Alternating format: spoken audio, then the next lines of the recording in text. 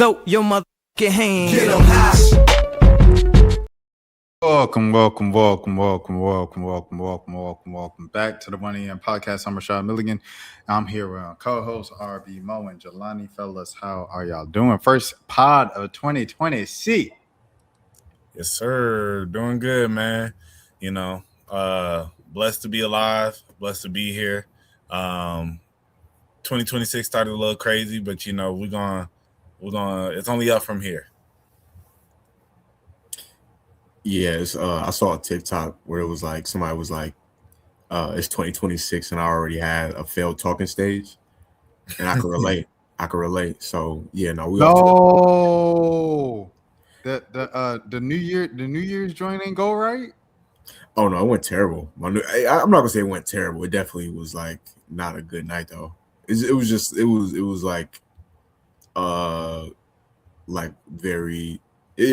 bad. It was bad, but it wasn't like it was like a 7 out of 10.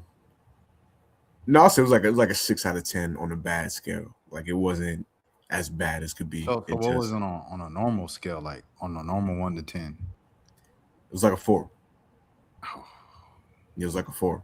See, the thing, it was like, without getting too personal, it was like the first one, like the first outing between us was like super dope. And then the second one, the vibe just wasn't there. You know what I'm saying? And I went out to the Battery for New Year's. Yeah. Very bad mistake. What's so bad about the Battery? It was no seating anywhere. It was like you couldn't really, like, you could go to restaurants and get food and like take it out. You know what I'm saying? Or like, you know what I'm saying? But it wasn't like really no seats. Oh, you saying seats to like look at the fireworks sitting down? No, I'm saying at the restaurants at the Battery, like, yeah. You know what I'm saying? So it was no seats, period. Like it was no. It was like a few, but it was like it would take you like an hour to maybe get inside a restaurant, like an hour or two. Oh yeah, because they went on to the Battery. Yeah, exactly. And then the YNs was, the YNs have definitely. I would put. I don't even like using that term really. I'm just saying that because we on YouTube. I can't really say the word right now, but yeah, no, they didn't used to be at the Battery like that. Like back at like when it first opened, like 2018, 2019, like that era. Literally why the Braves moved to Cobb County. They found their way. They definitely surprise because they was outside on New Year's, and it was the person I was with. They wanted to go to where I didn't want to do this, but they wanted to go to like the main area where you can see the fireworks or whatever. So that's where everybody else was at. It was just people pushing, people shoving. Yeah, it was tense, man. It was it was what it was, but we here safe. It's like I said, New Year. He said, so this is what it come to. Shout out to you. But yeah, man, how y'all doing, bro? How you doing, Rashad? I didn't hear you say how you was doing. Oh, I appreciate that. How am I doing? I'm doing. I'm in a weird spot right now because I'm just in a very reflective mood. What's up, Dan? We appreciate, first of all, I appreciate everybody who's watching this right now while the Golden Globes and like the NFL playoffs are on. Like, I appreciate everybody that's watching this live right now. But yeah. How am I doing? I'm in a very reflective mood because I did my what you call budget today. Like I typed it out, wrote it out like most suggested, and I was like, oh, that's what's going on. I'm just not making enough money for the way, but so I did that whole thing, and I was like, dang, like I don't get this money. I got to get this money by Friday, man. I was doing all that, and what happened after that? I was just thinking about this lady yesterday. She was an older lady. She had a cane and stuff like that in the grocery store. And I kind of zoomed past her, and I was like, I turned around and I was kind of like, oh, sorry, I didn't see you. And then she was like, hey, how are you doing? How's your day? Happy New Year. And I was just like, oh, hey, thank you. I'm doing well. How about you? But I was kind of like still moving. And then when she kept going like Happy New Year and stuff like that, I was like, man, for her, like this is probably like the most social interaction she'll have today. You know what I'm saying? Going to the grocery store. And like, I don't know, man. That just made me think like watching the Golden Globes and seeing all the people that like I used to interact with and interview and stuff, and the events type of events I used to be at out in LA and stuff like that, and seeing my peers out there on the red carpet and posting on their stories and stuff. It is just so reflective of like even in the times with like the most glitz and glamour moments, the moments that I like cherish the most are just like being back home at Waffle House with like a bunch of people I went to high school with. We just kicking it and talking about old times. Like that stuff means more to me than the fanciest stuff in the world. And it made me think about that old lady at the grocery store. Like it's the simple things in life that give you the most joy. And so that's how I'm feeling right now. Just very reflective of life and everything like that. Oh, facts. That's good, bro. I think the little things are always the things that we tend to take for granted in the moment. But, when you do get those moments to actually sit back and cherish them and enjoy it, and then to actually just live within those moments, that's when life is always at its best. 100%, bro. 100%, man. But yeah, Mo. I guess how are you doing? Yeah, I'm good, man. As I said, New Year's, we ain't gonna go into the details, but yeah, New Year's started a little interesting for me, personally. But I had a good time. I was out in New York. Went to the first spot we went to. So we went to a spot to link with this girl that my homeboy out there knew was flying out there. She's actually from Marietta. So I didn't know her. I think she graduated like 2017, something like that. So yes, I had no clue who she was. But while we were out there, my homeboy was like, yeah, we're gonna actually roll it back. My flight got canceled. So since my flight got canceled, I had to sleep in the airport that night going into New Year's Eve and wait to get a new flight. Well, I didn't have to wait to get a new flight. I booked a new flight, but I had to wait for my flight to take off at 11 something. And once I flew into Philly because that's not far from Delaware where my homeboy stays. So I flew into Philly, and when I get there, I had literally stayed up until like 4 or 5 in the morning trying to talk to. I flew Frontier. Hey, that's my mistake. Hey, it is what it is. But oh yeah, I'm a Frontier veteran, bro. I already know. Yeah, nah. I can tell where this is going. Yeah. So, and honestly, I flew Frontier before and I've never really had these problems. But, I stayed up to 2. They end up like waiting for them to board us for the flight. They were like, oh, it's canceled at the last minute. And then I stayed up to about like 5, like going through. I had to go back through security again because I went all the way back to the front to talk to them. Because I'm like, bro, I just want to make sure my bag is finna get here. I just wanted to say hey to that person. I didn't mean to interrupt you. Somebody said hey to me. I felt special. I'm sorry. But I talked to them and they had already, it was a bunch of people already mad talking about like, it was a long group of people at like 3, 4 in the morning sitting there talking about like, yo, our bags haven't came up yet. The lady from the Frontier was like, oh, the machine to bring the bags up is broke right now and we'll know how to fix it. So you got to wait till my manager gets here in like an hour or so. So I'm already thinking like, dang, all right. Well, I was like, hey, I don't know what they got going on. I just want to make sure my bag finna get to Philly. It's going to automatically reroute. We guarantee it. That is our policy, this, that, and the other. I'm like, all right, bet. I get to Philly, no bag. So now I ain't got no fits for New Year's. So I had to go shopping in Jersey, but first stopped at Max's. Shout out to Max's in Philly. Got me a cheesesteak. That thing was bussing. Went ahead, stopped there, then had to go shopping in Jersey. And I had 10 minutes to shop because the mall closed at 6. So I'm literally like running through the mall trying to put a fit together. we had to drive another 2 hours to get back up to where my boy's sister stayed, and then get ready, then take a train back into the city. And then so after all that, we get to the destination where old girl, her friend's supposed to be. So we get there. I'm thinking, all right, bet.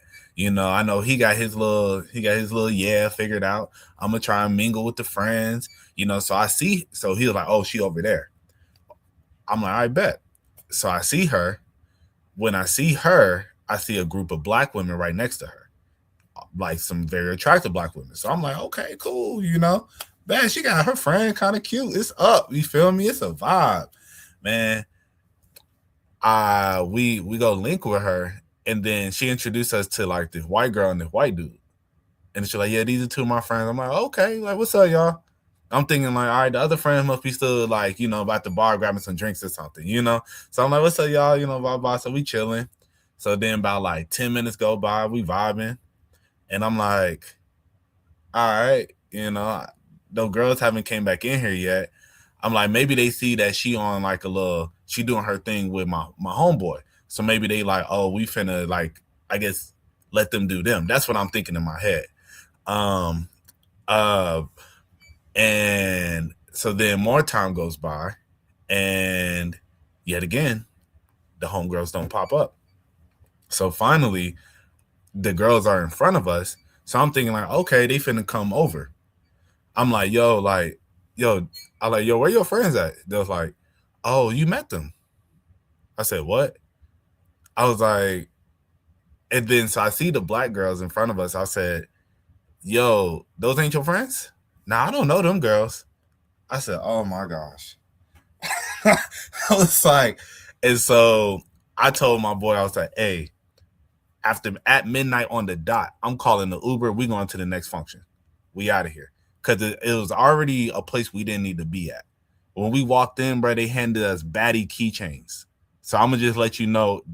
I'll let you figure out what type of vibe we was at. Wait, what you mean like baddies like the reality show? Nah, it was keychains that just said baddie. It was like gender neutral or like? I mean, it was black and sparkly, bro. Okay. All right. Yeah, so that I'm gonna let you know that's the type of vibe that this place was on.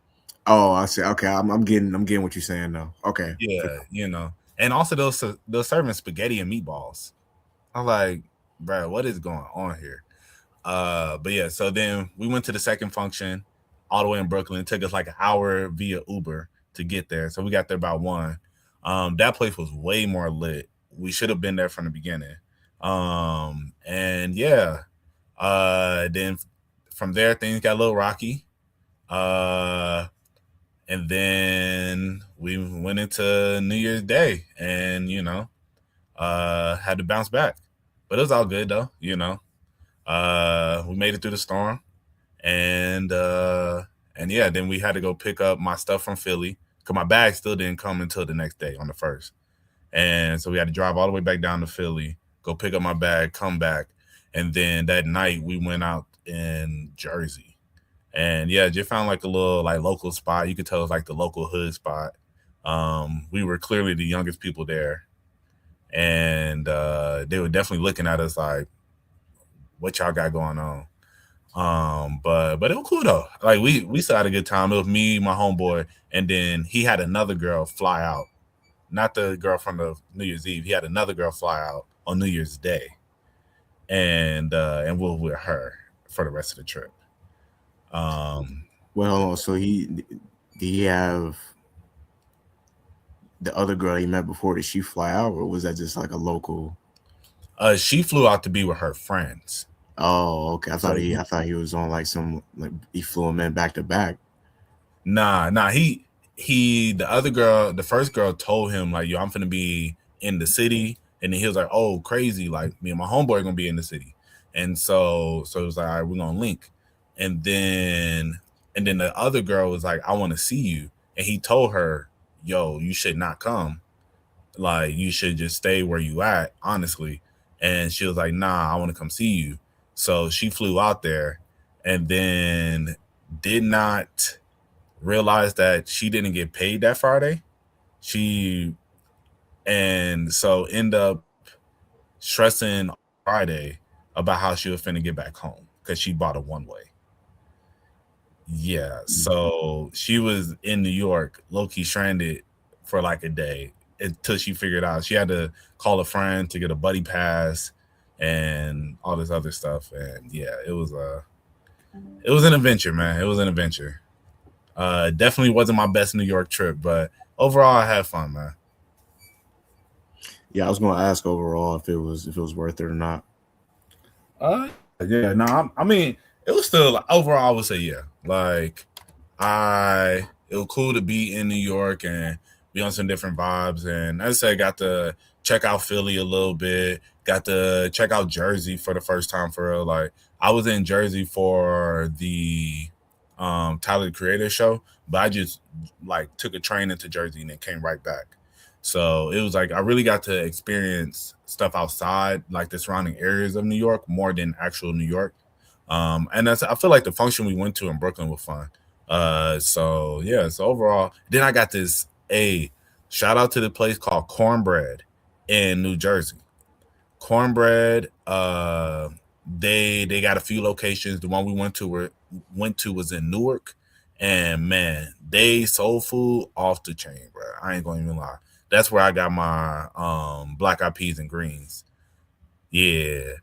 Bro, the actual cornbread, busting, bro. And I got this I got 2 platters. It was 2 plates. One was fried chicken and then the other one was baked chicken. And the fried chicken was good. It was like solid, not like wasn't no crazy seasonings or nothing on it. But it was still like good, solid fried chicken. The baked chicken though, bro, they put this hot honey like glaze over it, and then it was like a bunch of honey just kind of like drizzled on the plate, and then I was just like taking my cornbread and dipping into that, bro. Oh my gosh, it was busting. So yeah, and the black eyed peas was some of the best black eyed peas I had in my life. I'm not even gonna lie. The greens were solid, they were cool, but the black eyed peas, bro, legit some of the best black eyed peas I've ever had in my life. So yeah, so shout out to them. It's black owned. It did not look like that. This a random TikTok picture. Okay, I'm about to say, yeah, don't do them like that. That's somebody's home kitchen. Right. But yeah, man. And it was crazy. I got my food.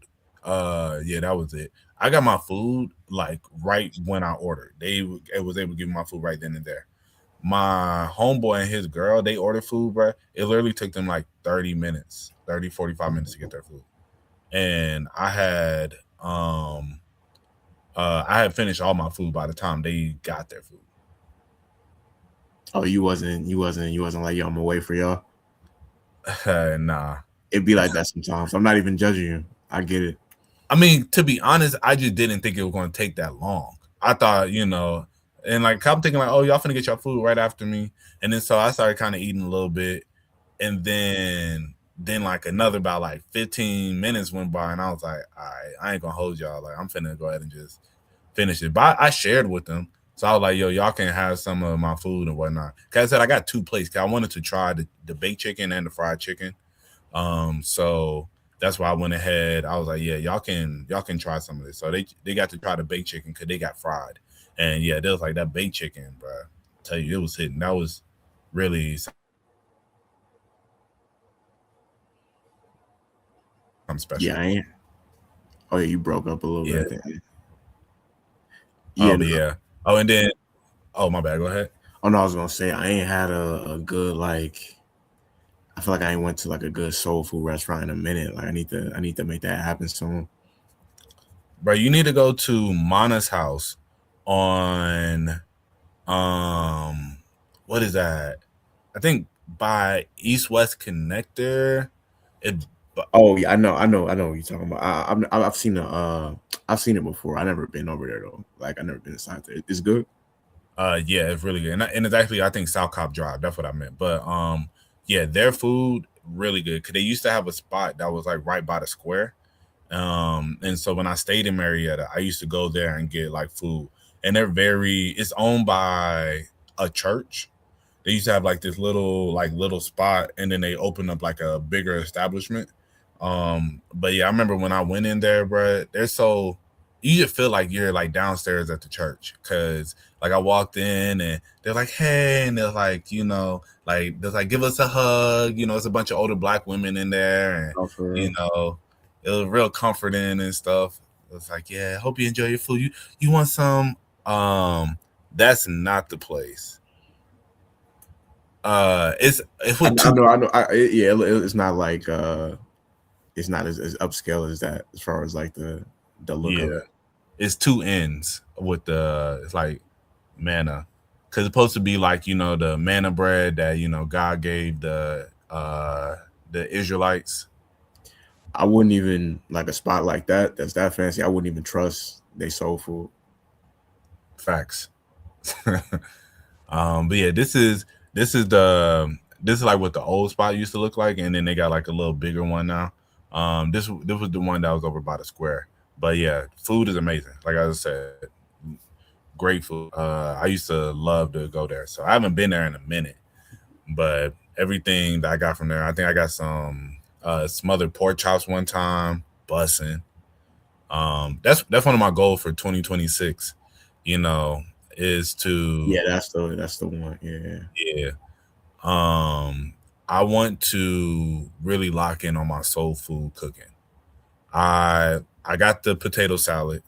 I got the mac and cheese. I did both of those for Christmas. I can do like cabbage, and I haven't done greens, but I really want to get like my fried chicken, like fried items in general. I'm trying to lock in on that. I want it to be like when like Sunday dinners come, everybody like, oh yeah, we need to go to Mo. So, Fry that chicken. yes, sir. I'm gonna bring the Yo, watermelon. yo, that's crazy. Yo, like I don't. I wonder. Are there any? I can ask this question because I'm black. Is there anybody that's like any black person that's really? I know it's a stereotype, but like, has any black person really sat there and been like, "Yo, I'm about to eat some fried chicken with some watermelon. Like that's the meal I'm eating for dinner Jelani, tonight." I don't know if you remember this, but we literally have an entire episode discussing this. We do have an episode. I do remember. I was thinking about that when I was talking about this. But like that was like a different situation though, because it was like somebody. It was like the boss had bought that for Juneteenth. Oh for yeah, like yeah. a And lunch. we was like, that's not offensive. It is offensive. I'm really mad that Nah did that in the middle of the story, dropped all that and said I would have given a super chat if I knew how to give, because I'm like, bro, yes, you can give a super chat on here. There's not ain't no option. And then talking about I gotta go. We missing out on dollars, on imaginary promises, empty promises. He knew dang well he could have gave a dang super chat in the thing. I'm I'm promises.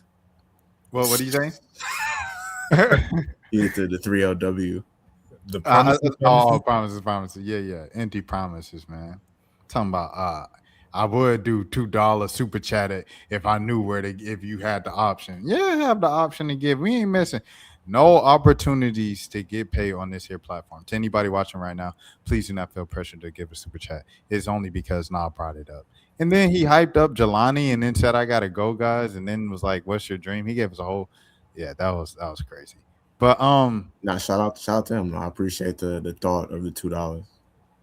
I don't.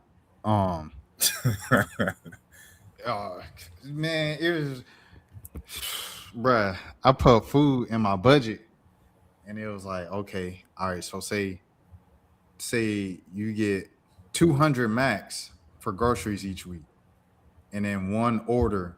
Then you could eat out once every week. So that's about $800 max groceries a month, $200 max eating out a month. So that's like if you go DoorDash a couple things and I get 2 meals or something like that, and it's like $50 DoorDash, and I split that down into 2 meals and stuff like that. All of that leads up max of 200 a month. I think that's pretty fair. That's $1,000. But then with all the other bills, it was like, all right, bro, what's going on right now, bro? And the cost of living is just so high right now. So to anybody who wants to experience food and everything. There are ways that you can do things that can help you out with that, but ultimately, don't feel too bad if you can't go to all the places and experience all the food you want to experience in 2026 because the economy is what it is, and one day your dollar will be back in favor of the current dollar. Nah, facts. Yeah, in this economy, you gotta pick and choose. You can't. Oh no! Another thing I was gonna say, Mo, because over here, everybody that comes and like this is probably gonna be the place where most people visit me, just because it's a place where people want to go. But it's probably gonna be person I would guess like once a month, right? It's gonna come for something. Everybody's gonna want to go eat jambalaya, beignets, gumbo, all this and stuff. I wrote it down in my budget. You guys got to see. I'm gonna share it if I share it up here. What it reads up top. And it was just like, hey, just tell them all. No, I am budgeting. Like I had the script and everything ready, bro. Cause yeah, man, I have to get right 2026, bro. I can't have another 2025, bro. I'm putting this in this myself right now. Nah, I feel you. I feel you on that though. Cause you got to think everybody that comes here is gonna want like, oh, let's go, bro. I can't do it right now, Twink. Cause if I do it for you, I got to do it for everybody. If I do it for everybody, I'm gonna be in the same position I already was in. So it's like, Facts. like, what do you want from me, bro? Like, Nah, that's a fact. here it is, no budging. We eat out one meal, all caps, a week. Meals have a $30 limit per meal. If you order from two fat vegans and you stretch the $60 out to two meals, that is okay. What about when I have company? You're probably gonna have company every month. Just tell them, quote unquote, sorry, I am on a budget. Yo, this is very like very you know what I'm saying, very professional of you right here, man. I respect this. I just like the fact that you opened up a full Word document for this, like because most people would just go Oh, yeah. No, straight I notes. got it more fleshed out after this. I just had to. This is just the beginning of it Okay, that I I can got you. share out to the world. And yes, because I said to some people, they all laughing. I say, I ain't playing this year. Everybody think I'm playing. You gonna think I'm playing until you say, "Oh, let's get Rashawn, let's get," and I'm gonna be like, "No." Just how you smiling out there, how I'm be smiling. I'm be like, "No, you ain't getting none. Nah, you go ahead and get some, enjoy yourself. Let the good No, times roll." Go ahead, Jelani. oh no, I didn't mean to come off. No, I was just saying facts. Yo, so when you first opened that Word document, you just had like uh like the first three lines up there, and I thought that was like the whole Word document. But it reminded me of the episode of SpongeBob when he has to like I think he has to like write like a paper or something. And he spends the whole time like he's writing hard, and all he writes is the word "the" at the Yeah, top. that's a classic, bro. SpongeBob is like you got some classics in there. Like I think about like Anthony Davis and like the man who goes out the emergency room and his whole body's like banded up and stuff. Like Oh yeah, SpongeBob just has classics, bro. Timeless. Nah, no, facts. the first like 5 seasons, 4 or 5 seasons, up until the movie came out. Everything after the movie, it kind of got like kind of weird or whatever. But yeah, no, the first 5 seasons is classic. I think they said they got new writers. That's what happened. Yeah, I think the creator of the show like stepped away after after the movie or something like that, or like right before the movie came out. I think he stepped away, like the original person. Makes sense. Go ahead, Mo. Oh, I was going. Yeah, I don't remember much of SpongeBob. I think we talked about this before. I remember saying that for me, a lot of people have a lot of like. I remember certain episodes, but like the episode y'all were just talking about, like I kind of remember, like just a little bit, but you know, SpongeBob does not hold a super fond memory for me. Like, not, I wouldn't say fond is not the word, but I guess, you know, some people are just how they just loved SpongeBob growing up and everything. And, you know, it's like one of their top shows of all time. I'm like, I used to watch it, but for some reason, when I got older, it just didn't have that same. I never went back to revisit it. Like, there's Well, other shows, huh? oh, yeah. Sorry to cut you off. I was just gonna say I wasn't allowed to watch it because Mhm. my little sisters weren't allowed to watch it when they were like maybe my little sister was like 7-ish, so I was like 12 at the time. And ever Mhm. since then, I just didn't revisit it. But like the stuff I watched and rewatched and everything up until 12, I just remember so vividly. Like it just stuck in my head. No, in fact, I saw a meme. It was this one girl's that said, when your best friend only talks in SpongeBob," and you know, it'd be like stuff like that where I'm like, "Yo, if somebody did that to me, I would be like, what are you talking about?" But I did watch it a lot growing up. I don't know, for some reason it just never really stuck with me like that. To where, you know, I feel like a lot of people, it's such a cult classic where people just love to repeat the lines and, you know, talk about all these different episodes. And it's like it's a few episodes that really stand out to me that I really like. I think my favorite episode when he did that performance at that stadium. Oh, you talking about the with the band? Yeah. Yeah. And it's That, sweet. I was gonna sing the song, but I'm not gonna do that. Bruh, that episode, and then my other favorite episode is when he had to go against some like Prince in like this burger flipping competition, like grilling competition. Like they came up to the Krusty Krab, and then he had to go to like this other world and had to battle the dude. I don't know if y'all remember that one. It's so many episodes. It's like specific ones that really jump out for me. But Right. the I think it's the Fry Cook Games is the one where there was like Patrick versus SpongeBob in like the Olympic competition or whatever, Okay. fighting and all that. Yeah, Mhm. it's a bunch of. So I was thinking about because you like when you said that your sisters weren't allowed to watch SpongeBob. So I think my little cousins, if I remember correctly, they weren't allowed to watch SpongeBob either. And this other girl that I work with, she was telling me that when she was growing up, she wasn't allowed to watch SpongeBob. I wonder why that was a thing in the black community growing up. So it was like one of the episodes, the episode when they was cussing, and he is like, "What the?"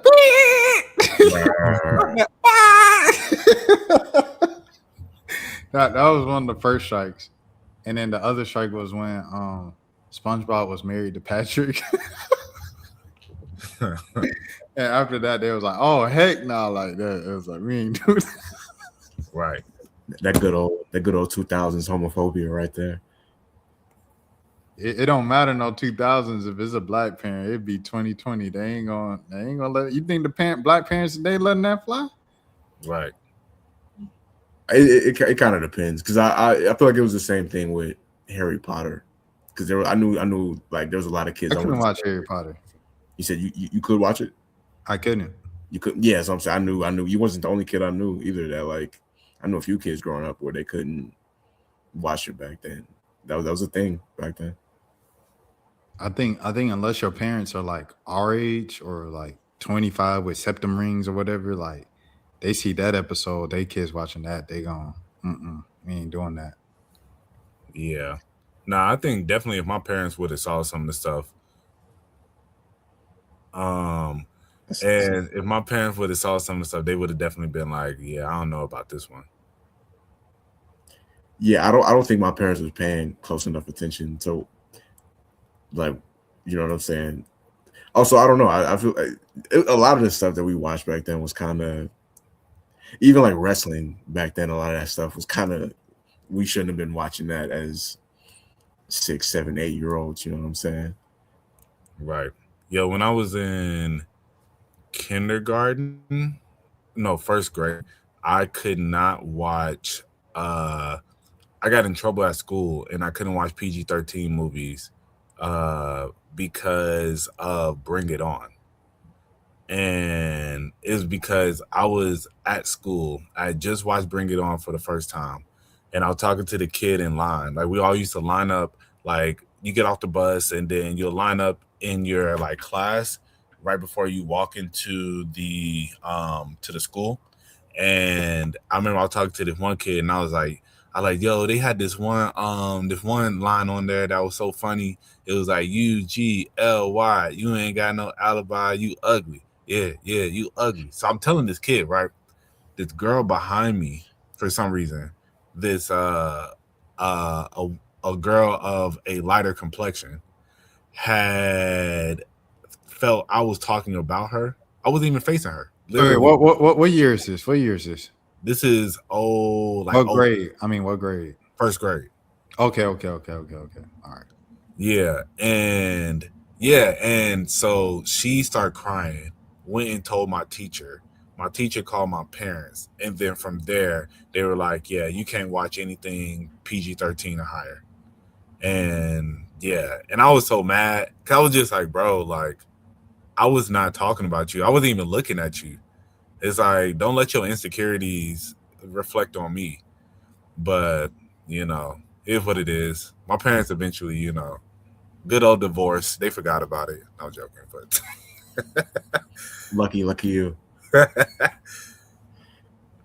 no, that I feel like I don't know if it was the same for you. I know definitely like, I mean, the thing about like it was different for me because so like we had at like growing up at my mom's house, we have game systems, but we didn't have cable. We had like game systems, radio.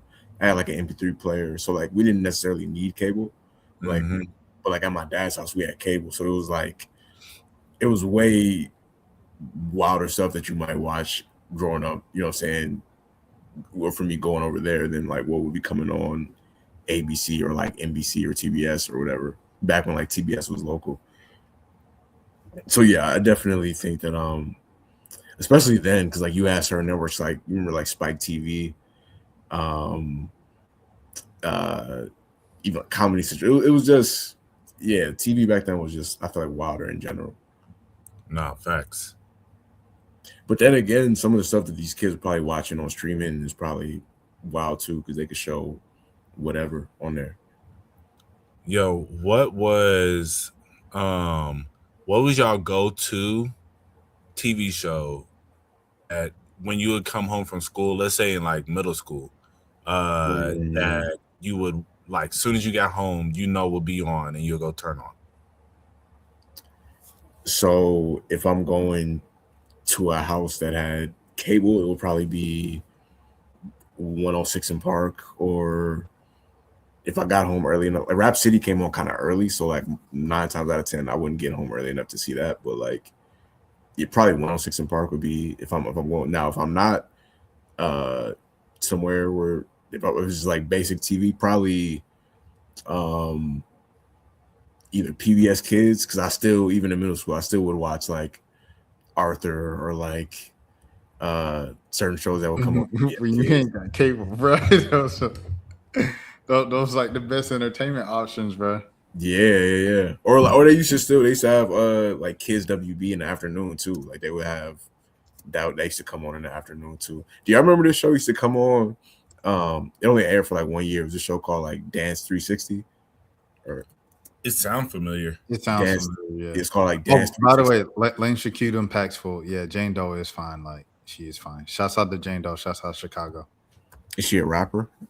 Yeah, and a singer. I sounded so old saying that right there. Yo, that's bad. Yeah, that's one of my New Year's resolutions to listen to more new stuff. But yeah.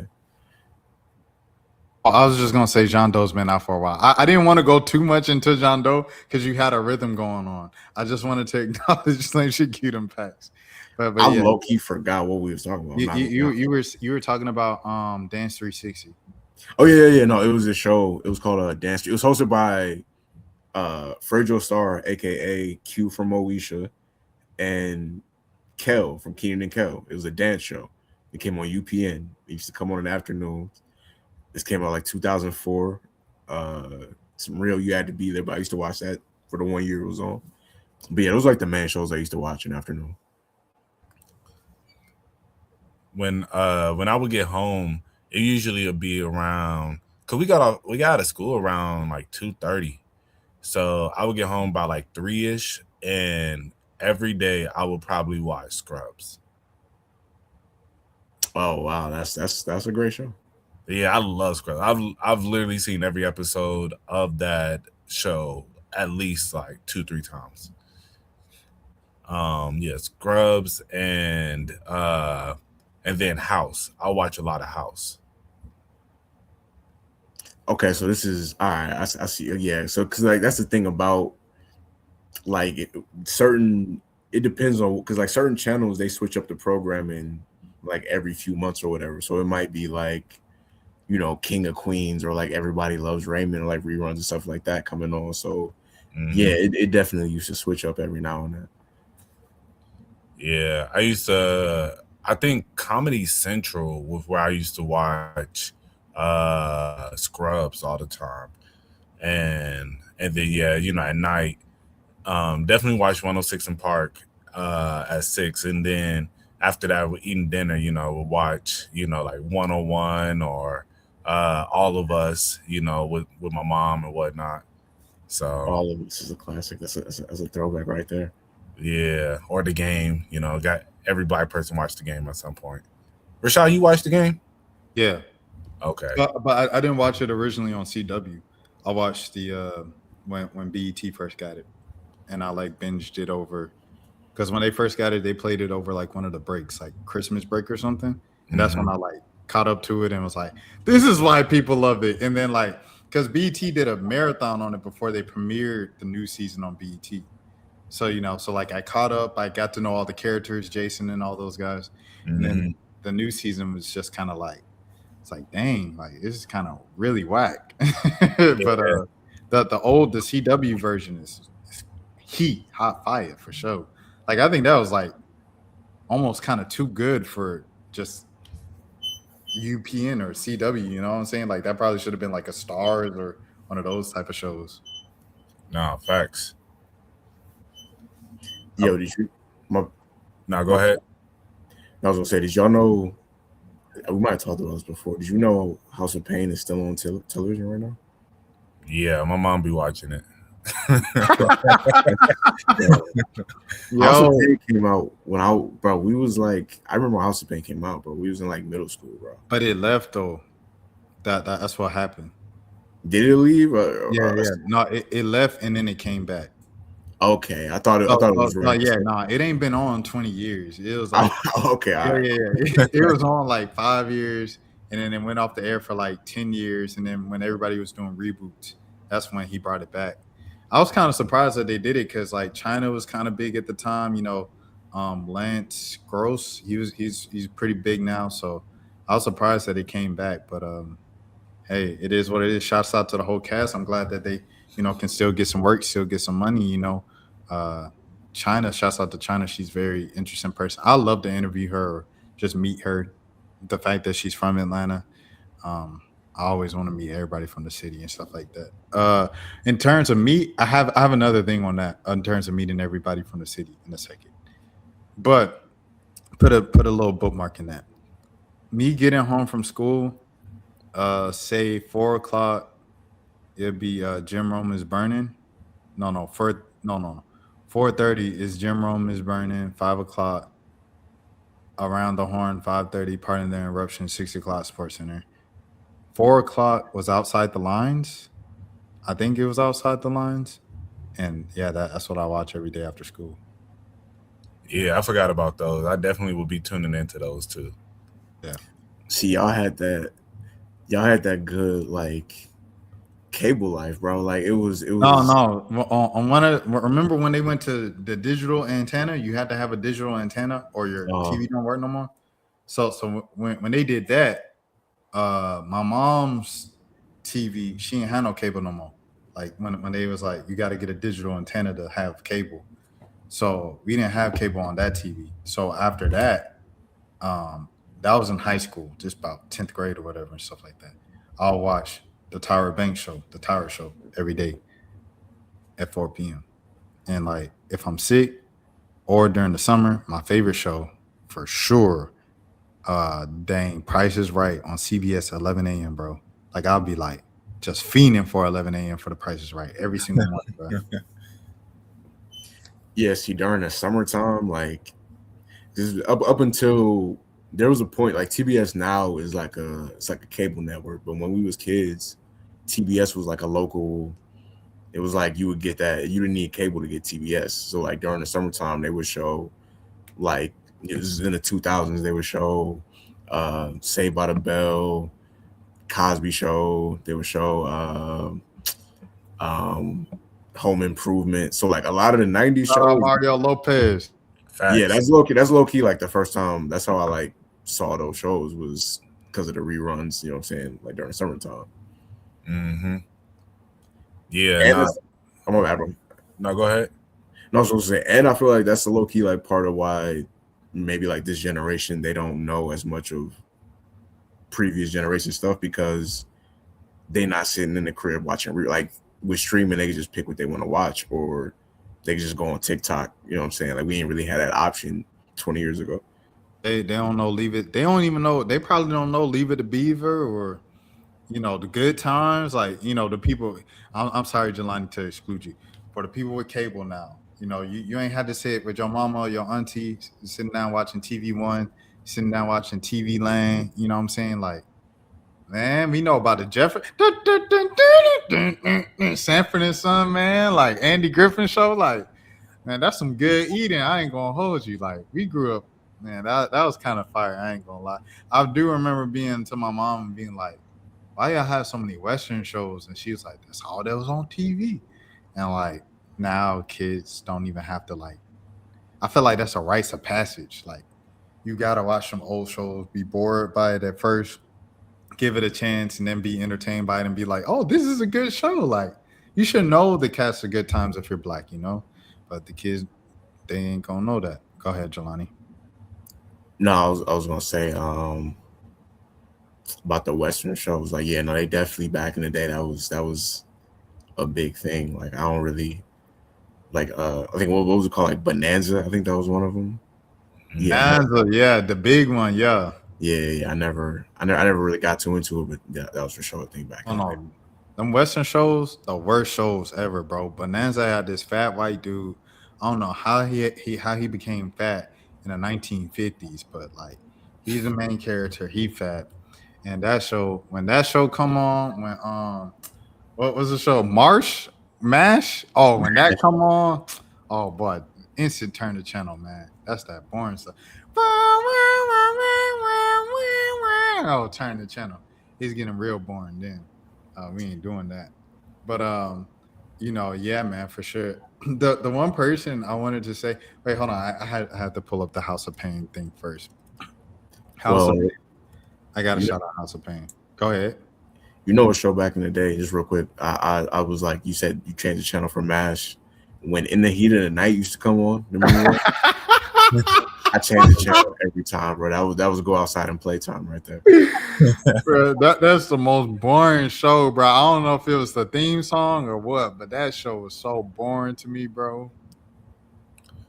Bro, it's crazy. For me personally, watching shows like Saved by the Bell, Boy Meets World, stuff like that came on in the 90s, like early to mid 90s. And because, of course, we didn't really have as much access to the internet, I had no clue that they came out so long before my time.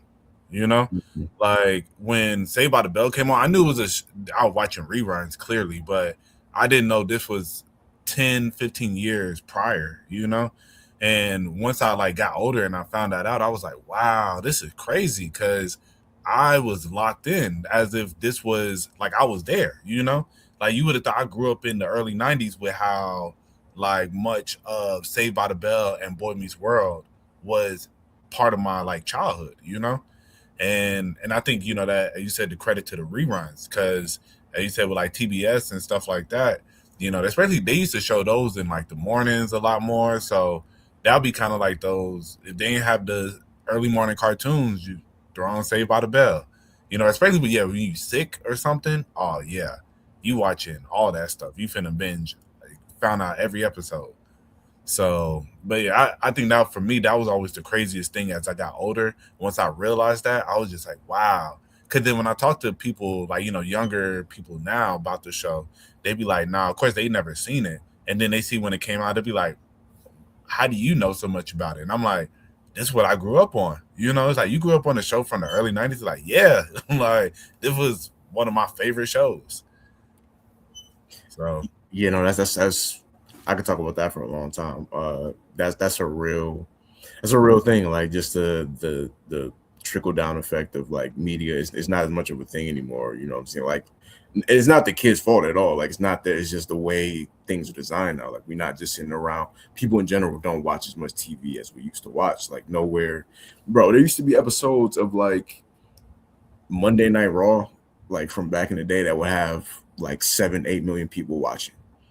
Like, if they do over 2 million people now, that's like a great number for them now, because it's just so much else to do besides sitting around watching TV. So yeah, no, I remember, like, speaking of wrestling, like when they went from Thursday Night SmackDown to Friday Night SmackDown, I know they used to, it's like in the 2000s, like 2005, 2006. After SmackDown would go off, they would play a bunch of episodes of like Jamie Foxx show, Martin, like Steve Harvey show. This is a bunch of black 90s sitcoms, and that was probably like the first time that I saw a lot of those shows during that time, because it was like, I was alive when Jamie Foxx show was on, but I think it went off the air in like 2001. I was in like kindergarten, first grade. You know what I'm saying? mm-hmm. So like that was probably my first time. Steve Harvey, if I'm not mistaken, I believe that was kind of like they were. Unless am I tripping? Steve Harvey, they had like new episodes 02.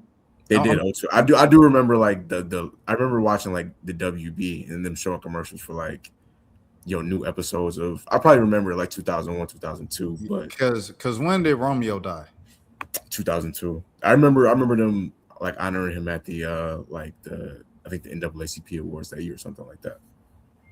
Yeah, it's like 2002. That John was sad for sure. Yeah, no, but to Mo's point though, he's right. Like you kind of had to know about stuff that came before you just because it would be on TV, Yeah, and it didn't feel like you were watching something that was outdated. It just felt like this is just a part of what you watch. Like I said, Full House is another one. That show from like the late 80s.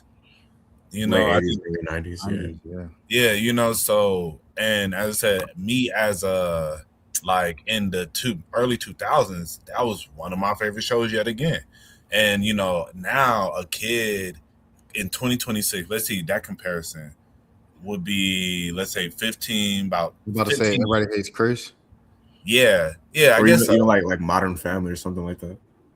Well, Modern Family didn't go off that long ago, I guess. I mean, shoot, for a kid growing up now, it'll be like 2010, 2011. So that would probably be about Modern Family for real. The Office. Yeah, The Office. Yeah. I think that actually The Office is one of those shows I think that younger generations still gravitate towards, because it's just a good, like carefree show that you don't have to think too much about, And I think that was the good thing about a lot of these shows. It didn't, because so many shows these days, so much, it's all so dramatic. Like Game of Thrones ruined the game. Did y'all ever watch Game of Thrones? Never. It's crazy. I didn't realize how big Game of Thrones was till that little break between the second to last season and the last one, and I saw you people talking about it. But yeah, no, I never watched. When I had my knee surgery back in latter part of 2015. I was on bed rest for like 2 months. So I had nothing but time. So I was just watching a bunch of stuff. And that's where, if it wasn't for that, I probably would have never got into Game of Thrones.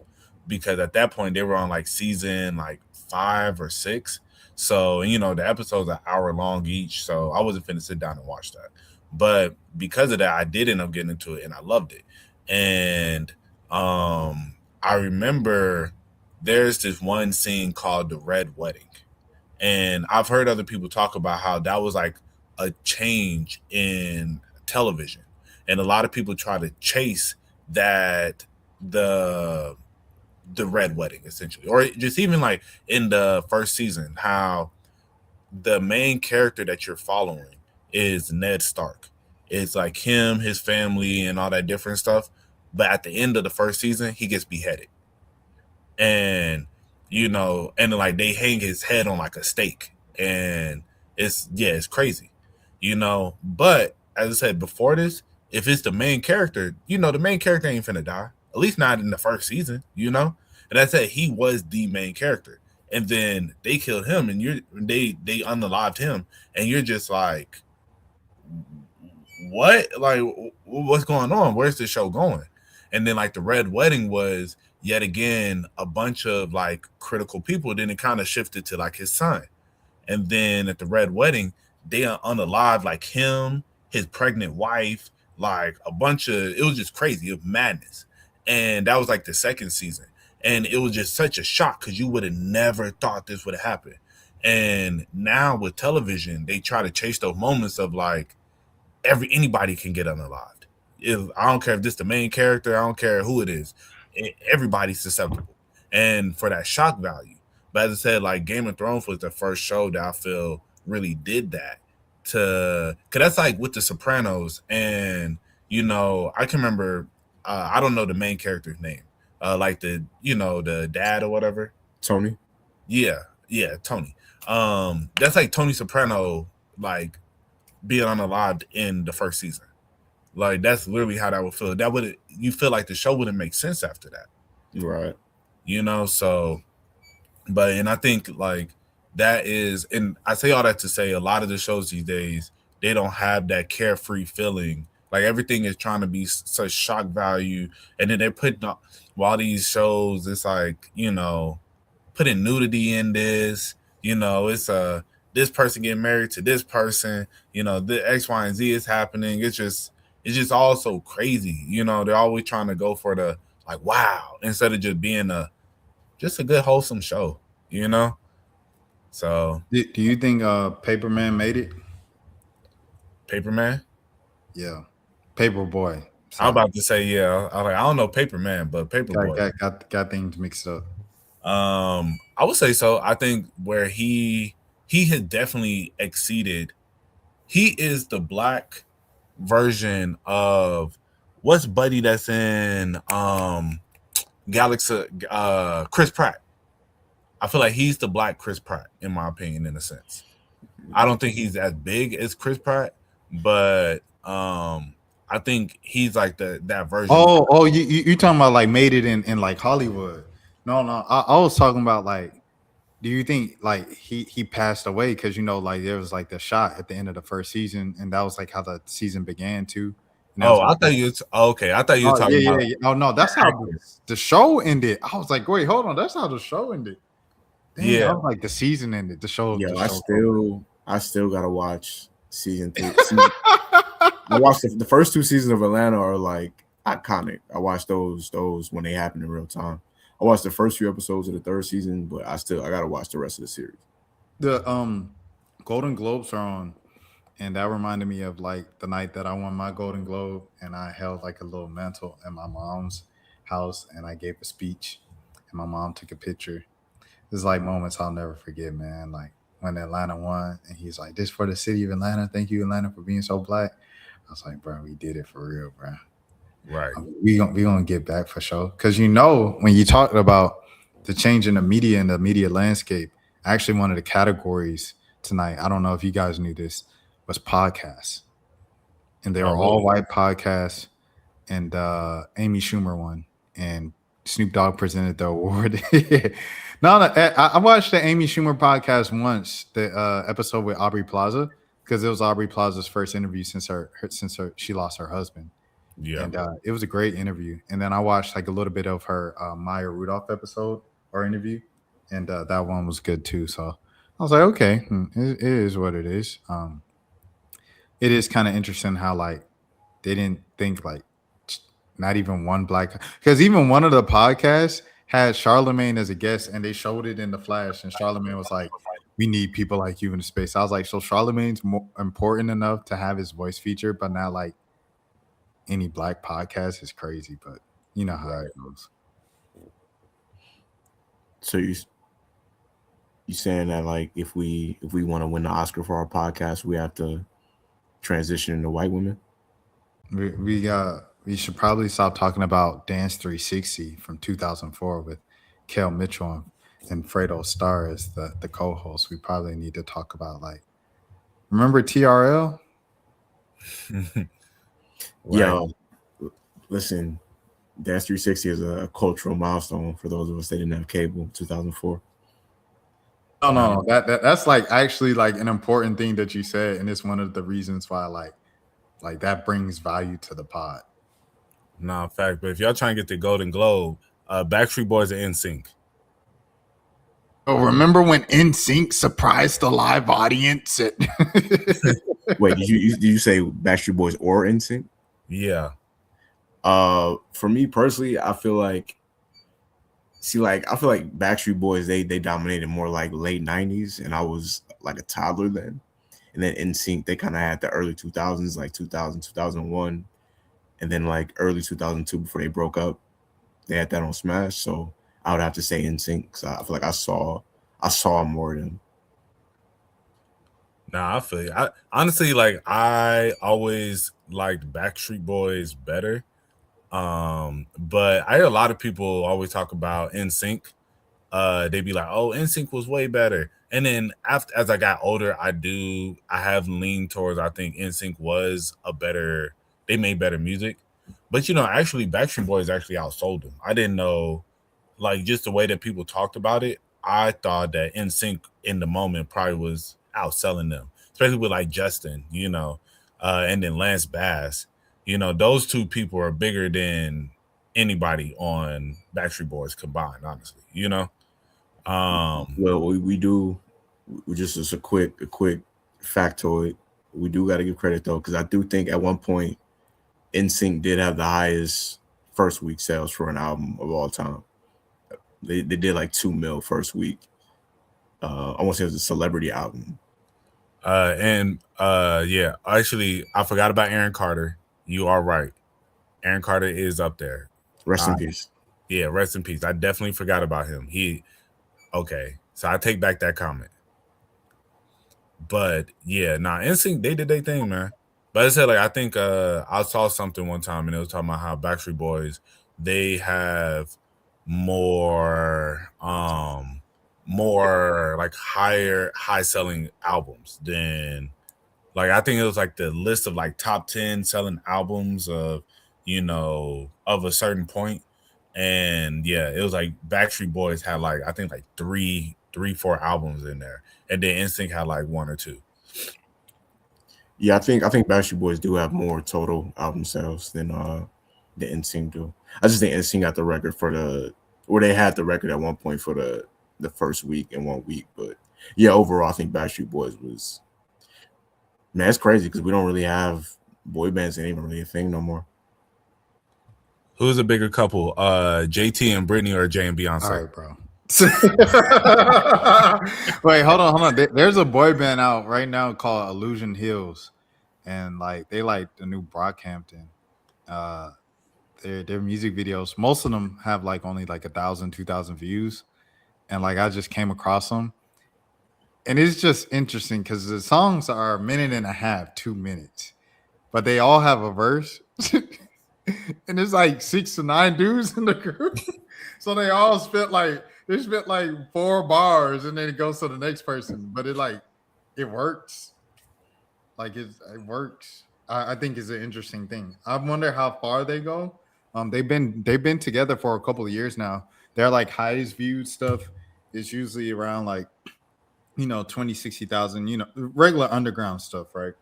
But they're together long enough, and they have like a white guy, like some Asians, and a black dude. Like it is literally kind of just like Brockhampton. But yeah, shout out to Illusion Hills. It'll be interesting to see what they do. I ain't gonna hold you. The problem is K-pop is taking over the group band, wave. So pretty much like all the male and female K-pop bands, they're so dominant that it would be hard for just in like an American like group to like make their way through. No. That's a great argument. That's a great argument. Like Cat's Eye is pretty hot right now. Um, that's the only one I know that's like new. That's the only one I know that's new. But shouts out to all the K-pop groups. They definitely doing their thing. Jelani, you were saying something, but before we got into boy bands, because you said there are no more boy bands. I don't really even remember precisely what we were talking about before the we just go down some rabbit holes here. I like that. Like that's I feel like that's a good part of the pod. But yeah, no, I don't even remember. I was gonna say though, on the topic of boy bands, we do, even though K-pop is big, I do feel like we need, like, for the black youth, we need like more teenage friendly culture. Like we need like the little Bow Wows, who's gonna be the B2K of I think the generation after Gen Z is called Gen Alpha. Who's gonna be who's gonna be their mindless behavior? Yeah. Who's gonna be their B5? Yeah, no, that's a good point. Who's gonna be the Diggy Simmons? Who's gonna be the Diggy had like one song I actually like, the song with Jeremiah. Diggy got hit. Yeah, he had a whole tape, in my opinion. Copy paste. But I know the Jeremiah song you're talking about. That's one of my favorite songs of like 2010, whatever era that was. 2010. Yeah, it was There like, she go. yeah, I like that song. I did. I'm not even gonna hold you. He performed it at the Jeremiah and Diggy. They performed it at a runway show, and it was on BET for some reason. And one of the girls walked down, and she had like these Ray-Bans on. She had like a pink, like kind of Letterman jacket on, but it was like a puffer. It was something that was different. But I just remember I was like, dang, she looked amazing. Like, this is the best looking woman I ever seen. And even Jeremiah, like, he was singing the hook, and he like turned around with her and stuff like that. And I was like, man, she bad. I never seen that woman again. I never seen that clip like on the internet. It was like you said, Jelani, it's just an era where everything wasn't on the internet. Now every segment that's on TV, you can find it somewhere on the internet. But before 2017, you couldn't find every segment that was ever on TV on the internet. No, facts. I think one of the issues why we don't have the boy bands like that is due to the fact that they don't really make like love music anymore. And like most of like R&B is toxic. So a group this age making toxic R&B music wouldn't be age appropriate, So I think that's kind of the issue, because you got an artist, what's Buddy that plays Simba in The Lion King? Jadon. Yeah. And I think Jadon, he is one of the few people I've seen that's young, still trying to get into the R&B bag like the old days. He signed to Usher, so I think he is, Usher is like really trying to mold him into being that type of star. And I think he's working his way into that. But I think for the most part, though, his subject matter is more like real, like love centric.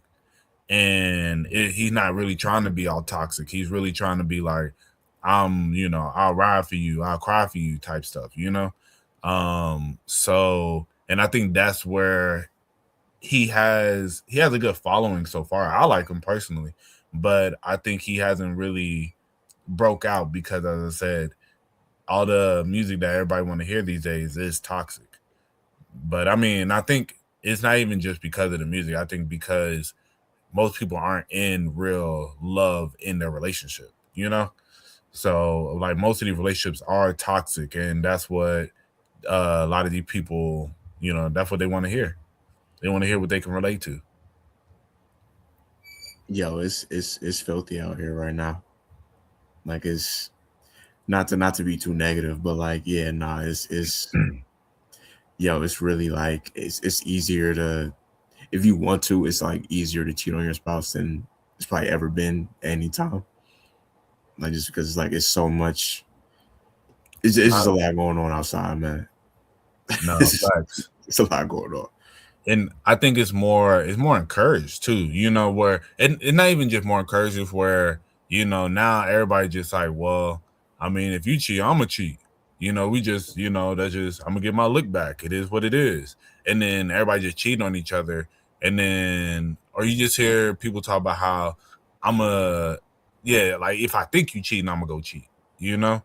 Like then you know who fault I think it is? Keisha Cole. She said she should have cheated, and when Buddy cheated, and instead, and like the women heard that, was like, you know what, you darn right, I should have cheated, and let me go do my thing, and then now we here, you know, instead of them being like, you know, let me just leave and move on, and just you know be content with myself. They're like, nah, I should have got my lick back, and now we got Summer Walker talking about I should have robbed you. She took it up to a whole nother level. You feel me? It's Yo, I didn't listen to the album. I ain't know she on that type of time. Oh, that's track number 2, bro. Oh, yeah, it's crazy. Yeah. She was like, I should have got like just dropped the bag, got one of these girls that you messing with, and I should have had them just rob you. Like that should have been the type of time I was on. But you lucky I didn't. Yo, that's that's definitely a step up from I should have cheated. I should have robbed you. Yeah. The song hard though. The album is good. I ain't gonna lie. No, she makes good music. I should listen to it. But like on some real, like I like the Keisha Cole thing, I was kind of joking, but I do kind of feel that is the mindset that a lot of women did start to get into, where is, you know, shoot, you gonna go out there and do dirt. I'm finna just do dirt on you. You know, and it's just like that's how everybody feels. It's like everybody cheating, you know, and it shouldn't be like that. It should be, you know, but as you said, I think the accessibility because of social media and everything is so, you know, so out there. And then people, this is so weird. I think like people don't be wanting to give up relationships, you know, like my homegirl that I work with, she talks about. So my homegirl, she was talking about how you know she's been cheated on her baby daddy and all the different stuff like multiple times, and I could tell like she's still on that, and she really talking about she want to leave Buddy, but it's like he pay all the bills, so she like I'm gonna just kind of just rock it out until I get my own place, but. You know, a lot of people don't want to just give up on a relationship, so they stay together, but then they still go out there and just do them. And then people be like, well, I mean, it's what it is, you know? Like, I don't know. Personally, I ain't finna take no girl back that cheated on me. I mean, I say that now, but you never know. You never know. But not that I made that mistake in high school, so I don't have to make it now. Right. I learned my lesson. Yeah. If you cheat on the girl and she catch you, do you expect her to take you back? I don't know. A lot of the times, those be like the longest lasting relationships. I'm not saying they're healthy, but like the media, when like I mean, they probably shouldn't. Like, you know, if we just being like from a logical standpoint, but something I've been noticing a lot lately is like the dudes. I've been seeing people on TikTok joke about that too. Like the dudes that be cheating and like treating their women terribly. They be in the longest lasting relationships. They be, you know, maybe that's the key to happiness. You gotta. I'm joking, but you might have to, you know, step out to keep things fresh a little bit. Yeah, I mean. Yeah, I think, you know. Well, before we get too deep into this conversation, I do want to say shout out to Young Dylan and that girl Lele. I felt like they were the last child stars that we really got. You know what I'm saying? So shouts out to them. I mean, outside of like the people who be like child actors and stuff like that, but in terms of like the traditional kid stars, I feel like those two were those people. And they came up through JD. So shouts out to JD, Jermaine Dupri, man. Hey, shout out to him. Back to cheating. Yeah, I saw this. It was this one compilation of comedians talking about cheating for y'all know Chocolate Sundays. It's like a comedian. It's like a nightly. It's like a comedy thing, isn't it? Yeah, I think it's a comedy club. Yeah. They had a compilation of artists of comedians talking about that, bro. It was so funny. Some of the stuff was just so crazy. It was just the most outlandish stuff. One dude was like, yeah, man. He's like, yeah, I knew my girl didn't love me no more, you know. And like we was at the crib one time and our neighbors were like doing the do. And then we heard it. And then my girl was like, I wish we still made love like that. He was like, man, he's like, I don't know. He was like, yeah, I'll think it in my head. I don't know about you, but I made love like that before I got to the crib. You need to get out and live a little. I said, bro. But yes, that's real life. Well, not for me. I'm you know what I'm saying, but like for those that live that life, no, it really be like that. People, yo, it's just devious out here, man. It's you just see a lot of wild stuff happening. I ain't gonna hold you, bro. I'm not trying to be shady at all. I wonder if he cheated with a guy or a girl. All right, next topic. See, I didn't even know who these people were before. I still don't know who they are before. I know from I think like Facebook Reels. Okay, I don't want to speak on. I didn't want to speak on this on my channel because I felt like that. You pulled up the picture. We don't gotta go. I did. It's. I feel like it's a fine line when you're talking about trending topics of like just talking about trending topics in shade room. This leans a little more shade room for my liking, so I was like, I'm not talking about it. But I did pull up the pictures because we were talking about cheating. What else I'm supposed to pull up? I mean, I feel you. Hey. I pray for peace for both of them. Respect their privacy. I hope you know. I'm sorry for the comment. That is a question I have though, because someone brought up this interesting point on this. They said you guys literally used your entire relationship to present to the public to build a platform, and you guys became rich, and you guys like continue to kind of play on the relationship as a large part of your content to millions of people on the internet. Do you think now, since the relationship has gone bad, that everything should automatically become private and something that we should know nothing about after you shared each step of the way for you guys? Because they've been popping for a minute. I mean, y'all agree with that? No, because I think they showed us what they showed us with them having good times and making content. They didn't show us their everyday like personal problems, the ups and downs. It wasn't like they was on live because I've seen them for years, and everything I've ever seen is like usually her doing something like silly. Crazy, and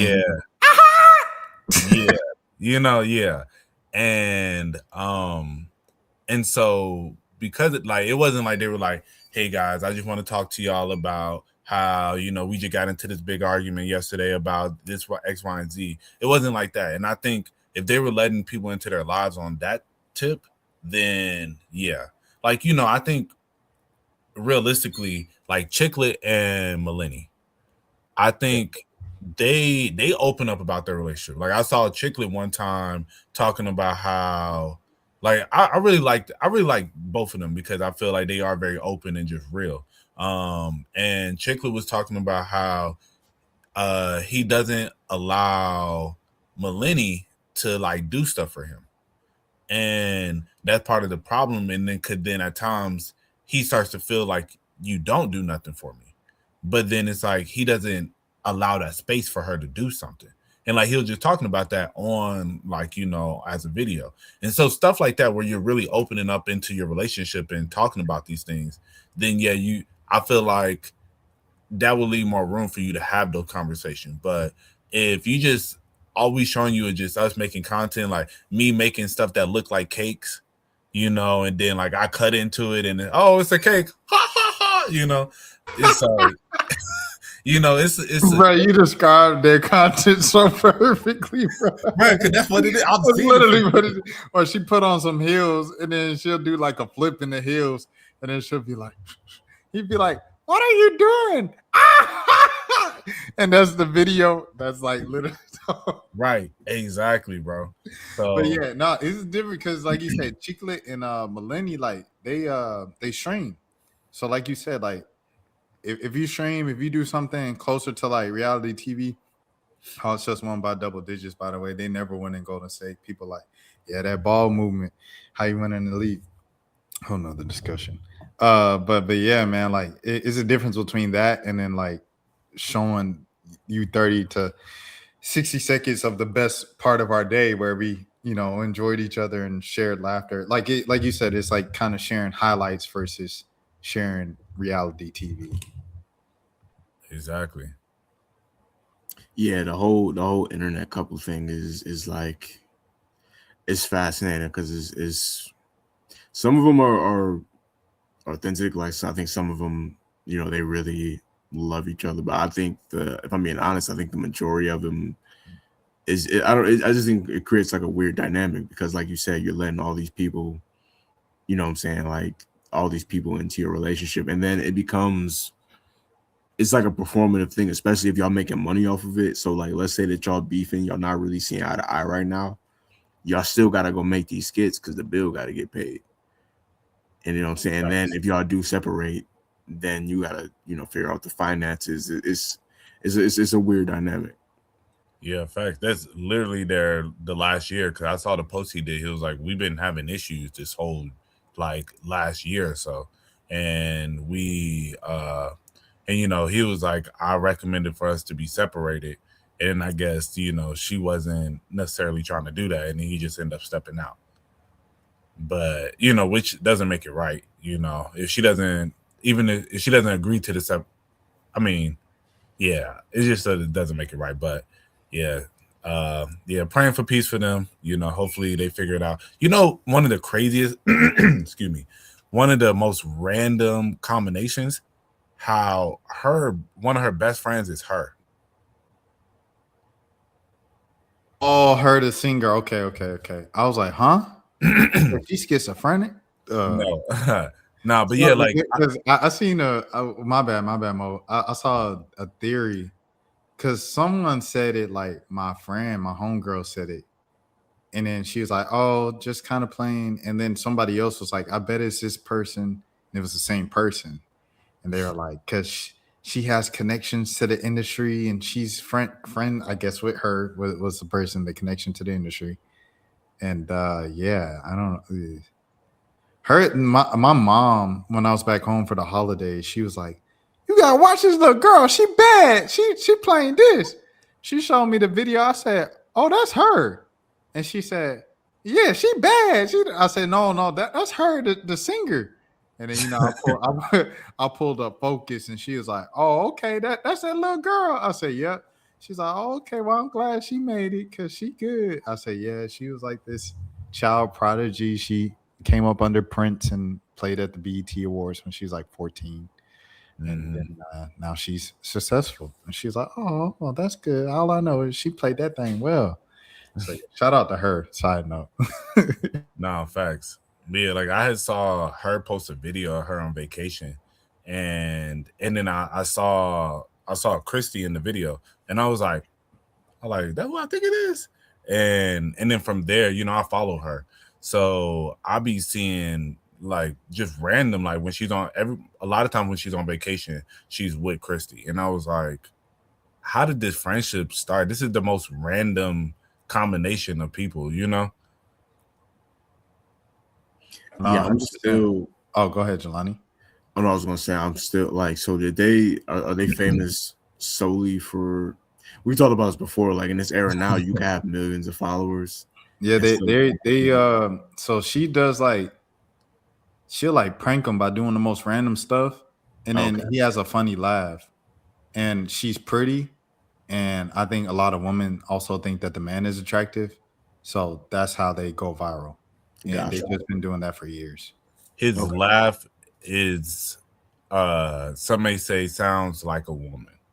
It's like, just to be honest, I'm not trying to be shady, but that's where a lot of people, it's like he sound like low key like a girl laughing, and I think that's what kind of added to it. Cause then you'll see the video and it'll be him, and you'll be like, okay, But yeah, it's a very eccentric laugh. It's a feminine laugh. Yeah. Okay. All right. Yeah, this is the type of stuff she would do. Chris, why are you smashing her food? Christy. Turn it up a little bit, Rashad. Babe, what are you doing? That has to get old after a while, like having to force. I don't know how to turn it up on share volume. I think y'all just got to turn up on y'all ends. No, I can hear it. It's just. I know it's real low. It's mad low because it's low for me. I had to turn it up on my laptop. But all right, I'm about to press play so you can watch the rest of it. But you get the gist from just that first clip. But yeah. Cotton onions.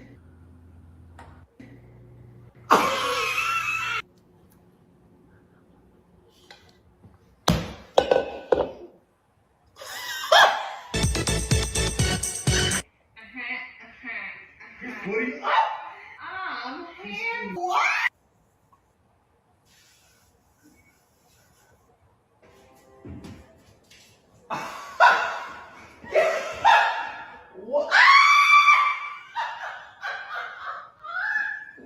Yeah, I don't want to be a hater. I just I know it's. What's wrong with you? What is wrong with you? Like I know it's manufactured. Like I know they forcing that. Like it's you know what I'm saying? Like I know bro. Like I just y'all had to set the camera up at like the right angle, and then, like I could tell how that would lead to relationship problems. Having to do that every day. But you gotta get this check, so hey, get that laugh ready. Right, we arguing right now, but we gotta film this prank so we could pay the mortgage this month. Yeah, but yeah, that's crazy. As I said, I've been seeing their content for years, so yeah, they got like a few million. So it's like they're pretty big. They was at the NFL honors last year. Oh dang. Mm-hmm. I wanted to say earlier. I was talking about here come the text. Hawks looking better without Trey. Okay, all right. But we'll see how you guys feel in 2 months. But we were talking about people. Oh, China and McLean, right? And I was like, yeah, I want to like interview her, meet her, or something. Like I want to like meet everybody from Atlanta at some point. And the one thing I did not know until like last week, and I was mind blown by it. BK the Ruler went to Hillgrove High School. I did not know. Did you know that, Jelani? She from Cobb? I'm not. I know. I've heard of her name before. I don't know any of her songs.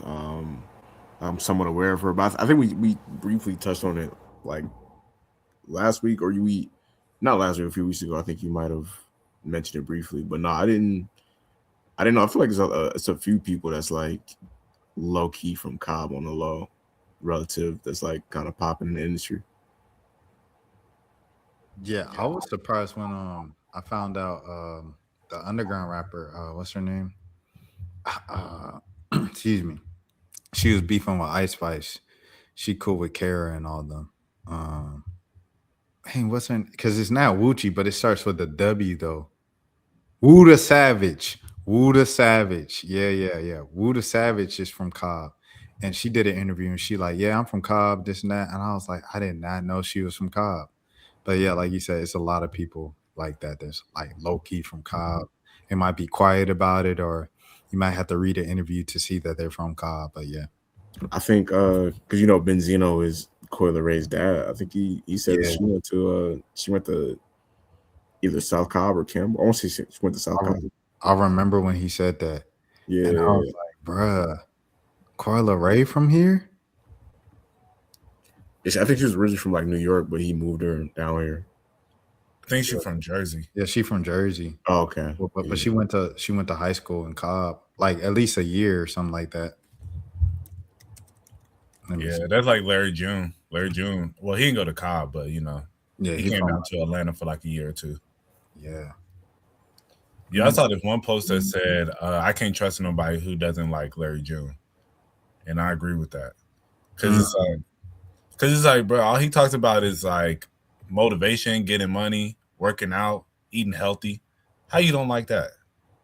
So there was this little like kind of thing with Larry June when B Dot said he didn't like he said B Dot said he didn't like Mike, and he was like he sounds sedated, and they was like, but you got Larry June up here, and like I ain't gonna lie, like I rock with Larry June. I like some Larry June songs, but like I agree, bro. Like I agree. Like how you gonna not like Mike because you feel like he sounds sedated, but you like Larry June? Now, okay, granted, Larry June is much more clear in his enunciation.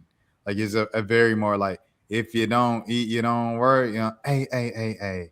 Numbers on the boards. Got my sea moss juice and my real estate that I'm investing in Oakland. Like it's very clear what he's saying. Mike is like a like so I get it where it comes, but at the same time, like Mike be spitting, and for that to be the thing that you hating on is crazy. B Dot. I mean, he be spitting, but is the subject matter the same? Cause I think like Mike got bars. Like I definitely think he got bars, but as I said, like Larry June would say, woke up this morning, put on a white tee, took a nice walk, and then just drank some iced tea. Like that'll be Larry June where like stuff like that. But I think Mike. Go ahead. I want you to tell the Mike side. I want you to tell him. Well, because I mean, I don't listen to a bunch of Mike. Like I listen to him, but I don't feel like I listen to him as much as Larry June to be able to fully like be able to illustrate exactly how his music is. But from what I've heard, I say he got bars. But that's what he got bars. He's not talking about like wealth management and getting to this chicken. You feel me?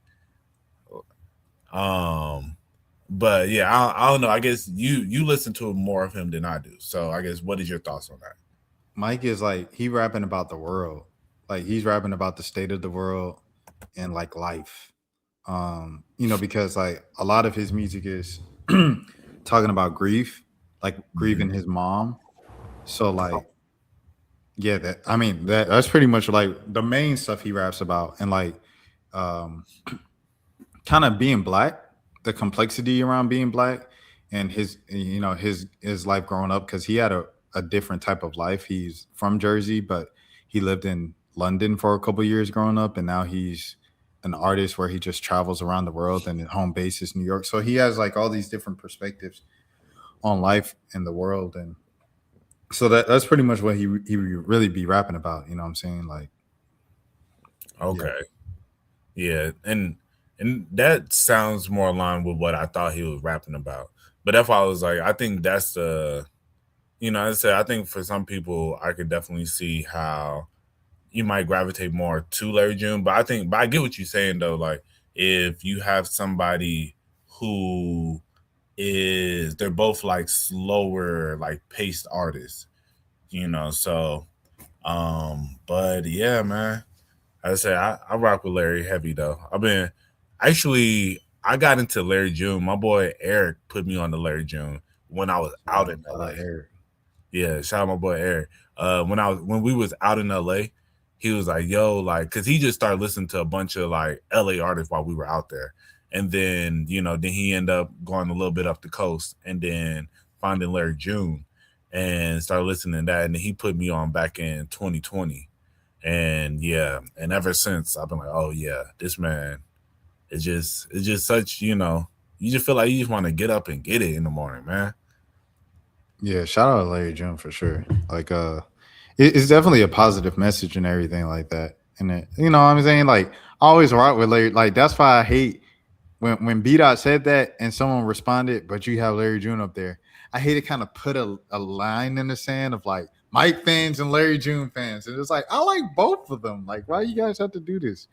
And Right. I mean, outside of the actual Life is Beautiful title track, there wasn't just many songs that I just, always revisited from that album, which is a good album. I like the album. It's got a message to it. It's got some of 2 Chainz's best rapping on there. Like, I like the album, and I love the Alchemist.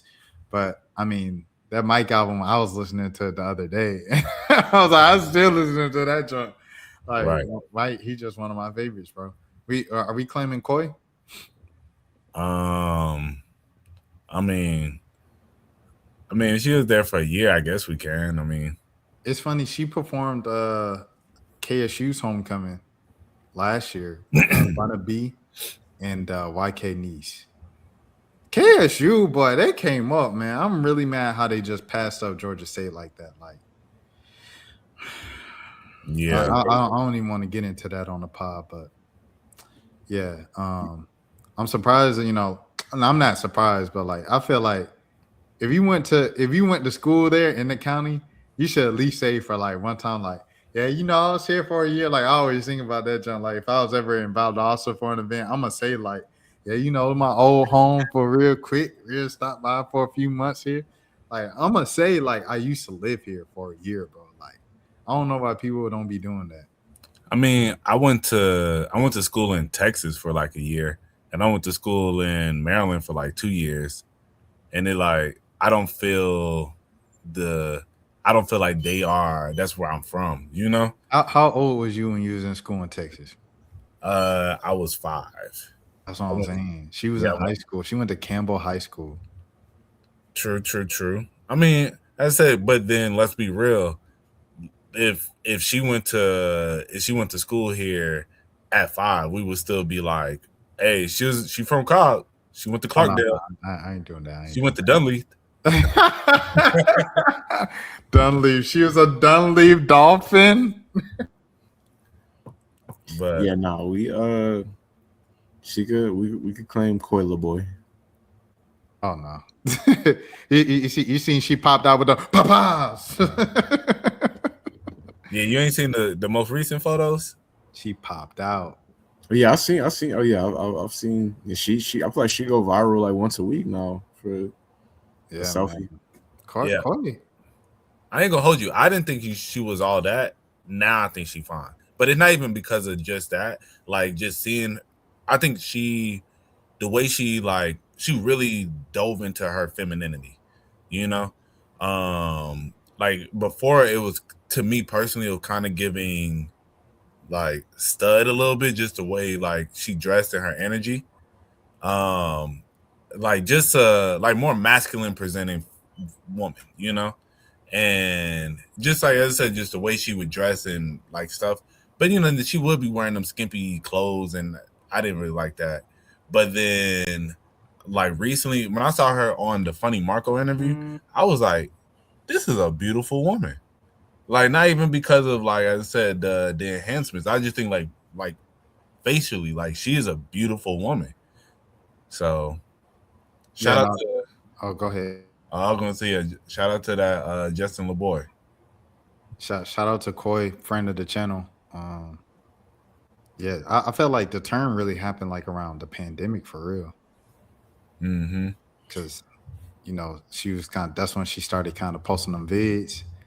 And then, like, what rapper was like, if it's small, shake it like Koi, throw it in a circle like Koi, I'll be throwing it like Leroy?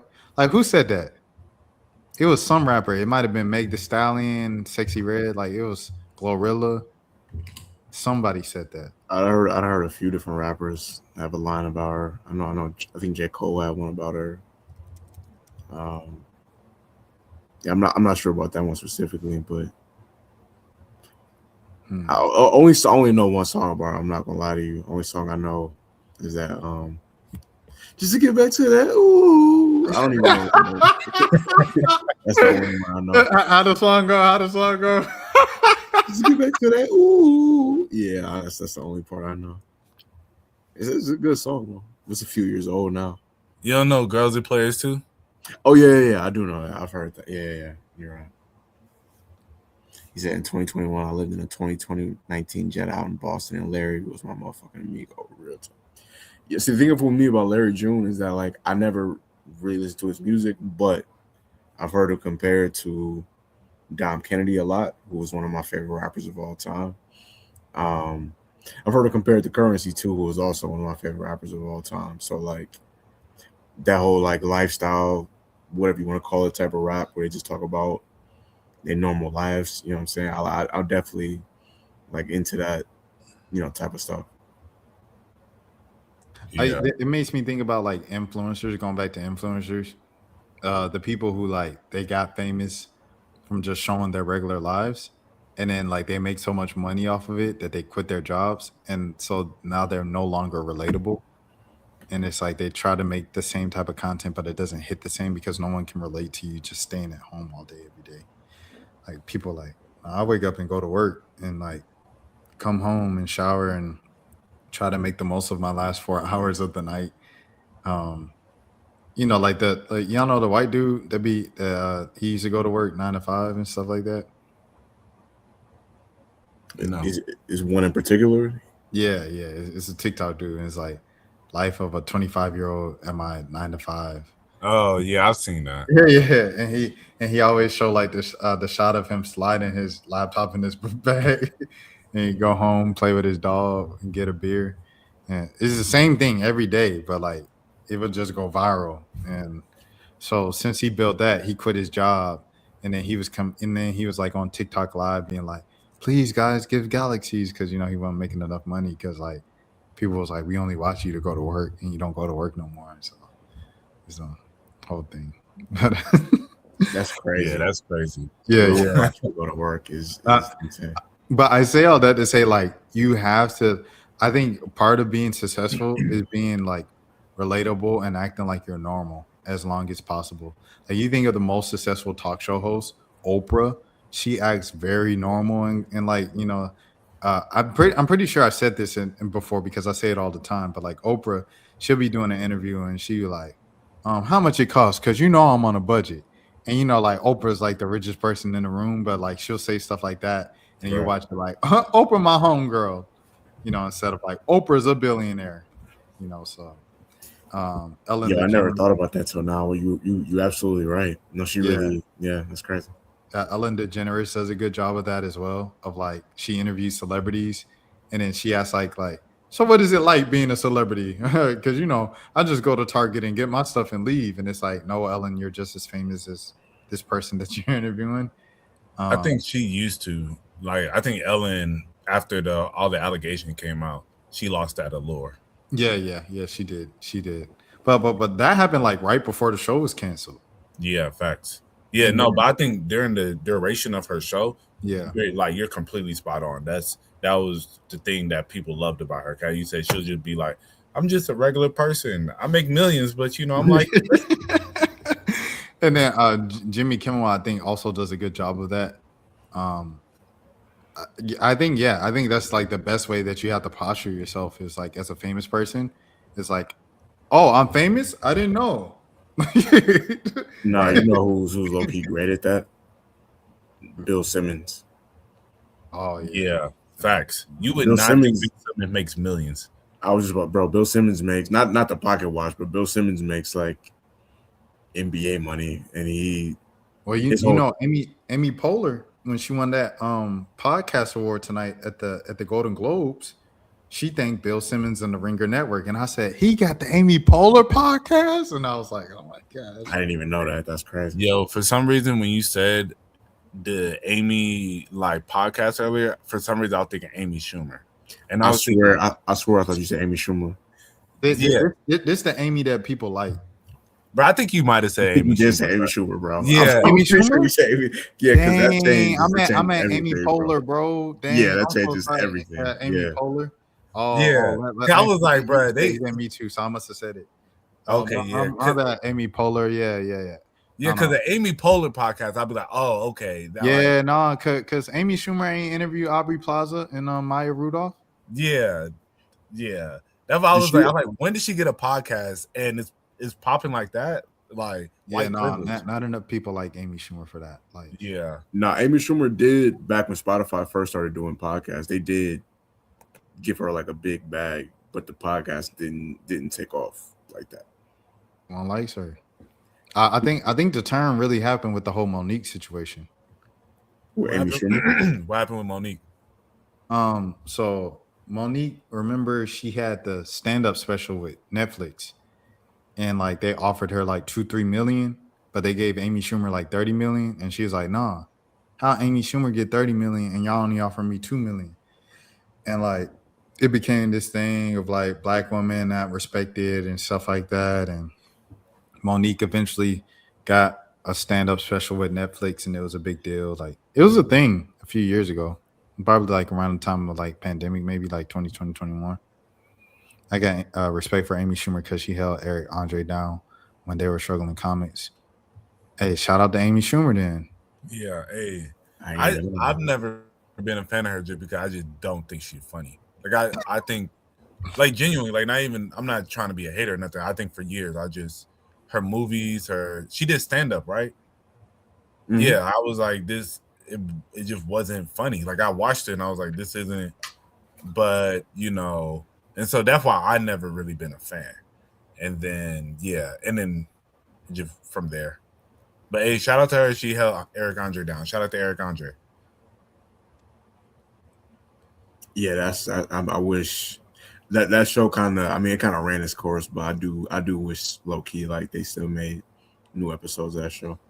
Didn't it kind of like come back though? Because I remember when like Donald Glover was on it a few years ago, and I I think was it like, did.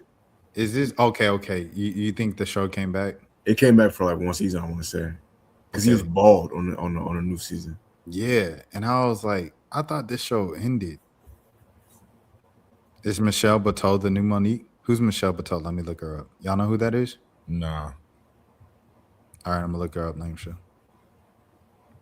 But Rosario Dawson has had such an interesting life, bro. I don't know if I told you guys, but I like just binge Outcast, and I'm still kind of in that space right now since I came home. I think it's because they made to Rock and Roll Hall of Fame, so I just like Outcast everything Outcast, and then being back home, obviously. But her being in like she sits in my lap and dating Eric Andre and then dating Cory Booker, and then Cory Booker marrying like her lookalike after they broke up. Just like she's had a very interesting life. He got game. I do know this lady. Oh, I've seen her before. Y'all seen her before? Yeah, I've seen her before. Yeah, I've seen her before. I don't know what. Don't she be on? She was on Girl Code. I don't know about. She might have been on Girl Code. Now I'm thinking about it. But I know she hosted something recently. I can't remember what it was. No, we thinking of the other. Yeah, that's kind of. It's really insane that we just did that because it was definitely a different plus size black woman. But this woman, she definitely hosted something recently, or she did something recently that I can't remember what it was. Go to all instead of I have seen her before though. I don't know where. The Circle. That's what she hosted. Yes, that's what I was like. She hosted something. Yeah, she hosted The Circle. What's that? One of those like kind of like it's almost like a dating show. It's not really a dating show. It's a kind of like a social media show where people are competing to try and get into The Circle. It's a bunch of people you don't really know who like the real people are. You don't actually get to interact with them. Like y'all just are messaging each other, and it's and then like people can be fake. Some people may be fake, some people may be real, and whoever as you're messaging each other, it's not until somebody gets eliminated that you see who they really are. And like it could be like a 40-year-old guy playing to be a 21-year-old black woman and just messaging like her, trying to talk like her, coming with a whole identity. the girl who won the first season of The Circle, she played as her baby daddy. Well, as her, I think her fiance. And then was just pretty much talking as if, she was him, and saying that, like, yo, like, I got my daughter back home and this, that, and the other, and she ended up winning. And she was actually one of the first ever somewhat celebrities that I ever met. Because she came to the restaurant I worked at back in like 2021, or yeah, 2021, like early 2021 for Mother's Day. And I remember she came in, and I was just like, yo, you're, X, Y, and Z. She was like, yeah. I was like, yo, that's crazy. Like, I didn't know, like, you live in this area. We just bought a house out here. Like, oh, that's what's up. Like, my girl, she loved you. Like, we were rooting for you to win, and blah, blah, blah. She's like, oh, thank you so much. But then they left like an okay tip. And I was just like, I guess that Netflix money. Yo, one thing I'll say about working in the industry and then meeting a bunch of different celebrities, it's some people, they gonna leave good tip because they got it. But then there's those people who don't really got it, and you be like, okay, yeah, so like you ain't, or they just what they order, the way they act. It's just like you get to see a different side of them, where it's like, I know who the person really is, low key. You know who used to come consistently and leave a bad tip? And that I watch him, it doesn't surprise me now. I know from when you used to tell me. Who? I mean, you want Jelani to guess first? I don't think Jelani gonna get. I remember from when you used to tell me. Okay, I guess Jelani, you can take a guess. Who do you? I feel like I don't want to guess in that shit. I feel like I feel like it's like disrespectful to. I am very curious. Hey, Jelani, who you think broke right now? Like, yeah, exactly. Like, I am curious to know who it is, though. Rashad, who do you think it is? The Shea Frost. Yes.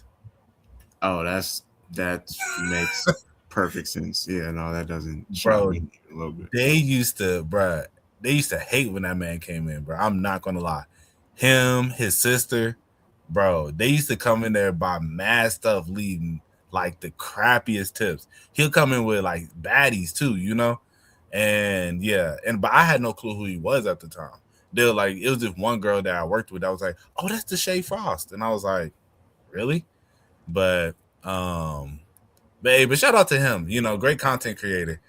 Like, I don't want to say like, hey, some people. You saw that video of Evelyn getting called out by that waitress, like Wendy's sister. Yeah. For leaving a bad tip. Yeah. Oh well, I do want to say this, Jelani. It's kind of crazy. Yeah, I mean, it wasn't her. It wasn't Nicole Byer. Yeah, that's what I was saying. Like, that was crazy. We low key passed that up. I was like, when you said that, I was like, I know he ain't talking about Nicole Byer. They don't yeah, that's what I was seeing. I was like, light skin. But it was a light skinned black woman on Girl That's Code. what I'm saying. Yeah, like that looked like her. You know what I mean? Yeah. I mean, we're not just making it up. I know who you talking about. Okay. She did look like her. But yeah, I was like, I hope it wasn't Nicole Byer. But yeah, like you said, shout out to Shea Frost, bro. Like, he's doing a better job with his content because, Evelyn, that's what we were talking about, her not tipping. Yeah, that was crazy. And she did it on stream to embarrass her because it wouldn't have made a difference if she did it off stream. She would have been like, okay, and then she still would have been a bad tipper. Now I bet she's going to tip well every single time. Right. Did she say how much like the tip was relative to the bill? I don't remember. It was I think we said I'm pulled it up. Whatever it was, I think she left like $5. Oh, that's crazy. But I don't know. Like, some people they assume because you have a certain amount of money, they expect more than the 20% or whatever. But I don't know how much their bill was. Yeah, $5 on $250, crazy. That's insane. That's crazy. Like, I'm tipping $5. Like, if it's at $18, and I'm gonna just round it up to 23, bro. Yeah. Yo, I ain't gonna lie. This was a couple years ago. I was popped and I shouldn't have been eating out, and the bill ended up being more than I was expecting. I definitely tipped like $10 on like a $120, but it was like, bro, I'm down to like my literal, you know what I'm saying? I shouldn't have been outside at all at that point, but That's better than $5 on 250. yeah, I felt bad about that because I could look at the waitress's face and I could see she was like, bro, are you serious? You know, I realized from like now that I'm out of serving and then talking with other people about like serving, like I was talking to this one girl who was talking about she was thinking about getting into it. And, you know, she was like, well, you know, what if people did X, Y, and Z treating me a certain way? And I didn't realize you have to really low key be like mentally strong to be a server because you have to be able to deal with a $5 on 250, you know, and you know, sometimes like I was never the person, I wasn't finna run you down. Like if you're still in the restaurant, I'll be like, you know, we'll have little things where like maybe I wouldn't come to the table, but I have somebody else come and be like, hey, you know, so was everything good tonight? Yeah, everything was great. Like, okay, well, you know, like we just want to, you know, like, you know, you left this tip, like we figured maybe been something with the service, you know, and it's kind of what this lady did, but a lot of times I would kind of just chalk it up and just be like, hey, man, you know, it is what it is. You win some, you lose some, and you have to think about it as you got to think the next one is going to take care of me, you know. And for me, that's where you'll get those $5 on 250, bruh, $5 on 1,000, bruh. I've seen it all, like no cap, you know, 500,000 is crazy, bruh. You know, and it always be the people that they love to talk about. We're gonna take care of you. We're gonna take care of you. They start talking about that from the beginning, and like, yeah, you know, we're gonna take care of you. I learned, I'm like, bruh, you are not gonna take care of me. At least not the way you think you are, you know. And but then you have the next person that will tip like, you know, like 40% on whatever their bill was, and then it evens out, you know. So it's like, man, forget that little $5 tip, man. You know, the person just took care of me, so we back up. So as I said, it's like the mental aspect of it. You know, a lot of people they can't. It's tough to deal with, and then dealing with your people in general. You know, somebody might be a little rude to you. You know, you got to learn how to be polite, be very passive aggressive. Like, why is my food taking so long? Well, sir, I do not cook, as you can see. So, like, I will go check on that for you. But, you know, little stuff like that. Yeah, I don't think I'm meant for the service industry life. I would like, I wouldn't mind. It's a lot of work. You got to learn a lot, but like being a bartender would be kind of cool though. But I know it's a lot that goes into that. Yeah. Bro, the man, the place we was working at, Mo, like, but before Mo made it to the major leagues of serving, when we was like still in the, you know what I'm saying, our little joints, bruh, that jump. Because the name of our company was like Hospitality Services or something like that, and I did not have the hospitality, bro. Like, it's just like I just can't hide it. If I'm fed up, if I'm like antsy, I'm gonna just show it to the customer, and I wasn't supposed to do that. You know what I mean? Like, it was just you know, just some it just happened like that. You know what I mean? Oh wait, hold on, my bad. But yeah, you know, I was what was it? Yeah, I'm even the story's irrelevant. But yeah, I just say that to say like the customers would give me like kind of hot sometimes, and I'll let them know like with a snarky comment instead of like, oh, I can do that for you. I wasn't doing that. I was like, well, you shouldn't have done it. I was one of them, like a Popeye server, bro. Right. Yeah, no, you definitely, like Mo said, you gotta have a certain level of enthusiasm. That's why I low key like working factory jobs to an extent, just because it's like I could just come in and just do my job and just go home. Like I want to more times than not, I want to have is like little human interaction when I go to work as possible. Nah, I feel that. I ain't gonna lie. I'm so used to it at this point. I don't.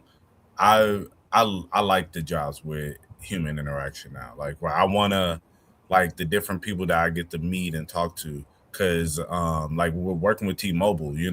I'm like coming across people all the time, and if I think, as I said, if I wasn't in this type of field, like for so long, I probably would be a different way. But now that I've been in it so long, it'd be, man, like I just couldn't see myself doing something where I'm not talking to people, different people all day, because then I'm gonna just be like, I'm gonna be bored. Like I'm gonna run through all my podcasts, listen to every album you could think of, and then just be like, man, like that, bro. I used to be a security guard, and so when I was a security guard, I was just like by myself, bro. I used to just sit there and watch Netflix all day. I was a horrible security guard. There was a robbery on my watch. Bro, it is funny because they got me on camera because I had went to lunch during that time. And then so I'm like, I'm driving back, and then I'm looking, and I see a cop, but it got patrol lights on. It's not like the actual lights on. So I see it was a couple cop cars with a patrol light in front of a jewelry store. And so I'm like riding by in the little car looking like, what they doing over there? And then I called my manager. Well, she called to check in. She was like, everything good? I was like, yeah, everything's straight. I see a couple patrol cars in front of the jewelry store. I don't know what's going on over there. She was like, really? Like, oh my gosh, you didn't go check? I was like, nah. And she was like, okay, I'm finna call. And then she called me back. She's like, yeah, they just got robbed over there, this, that, and the other. I was like, man, that's crazy. And they was like, yeah, they got you on video just driving by, just looking. And I was just like, hey, yeah, this job just wasn't meant for me. My bad. Oh, they fired you? I ended up getting, so actually I quit and got fired at the same time because I had already got another job. So it was my last day already. I already put in my notice. But then the day before my last day, I left like 5-10 minutes early, and then they were like, yeah, like you clocked out early, that's against a violation. So like you got to sign these termination papers. And I was like, bro, I'm leaving. Like I'm not gonna sign no termination papers. I like, y'all still gonna send me my last check? She was like, yeah. I was like, all right, bye. And I just walked out. Right. Well, y'all know I got written up. I got my second write up in my old job when I turned in my 2 weeks. Like I came in the office, I said, hey man, so I got a new job. I left y'all with 8 people who could, I feel like could replace me with their contacts and stuff. And he was like, oh, it's crazy, man. I was just writing you up, man, because you ain't have enough. He said you ain't have enough stories in the past couple months. I was looking like, why the number of stories on the site down and you ain't? Yeah, so yeah, I literally got written up the day that I turned in my resignation. That's crazy. No, it's perfect timing. I low-key do gotta be up like super early, but I'm not. I don't want to mess the flow of the show up. So we, what I'm saying, we still. But I don't know how late y'all want to go tonight.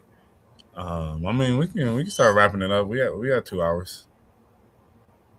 Yeah, I ain't want to end it just right now unless y'all. We can though if y'all.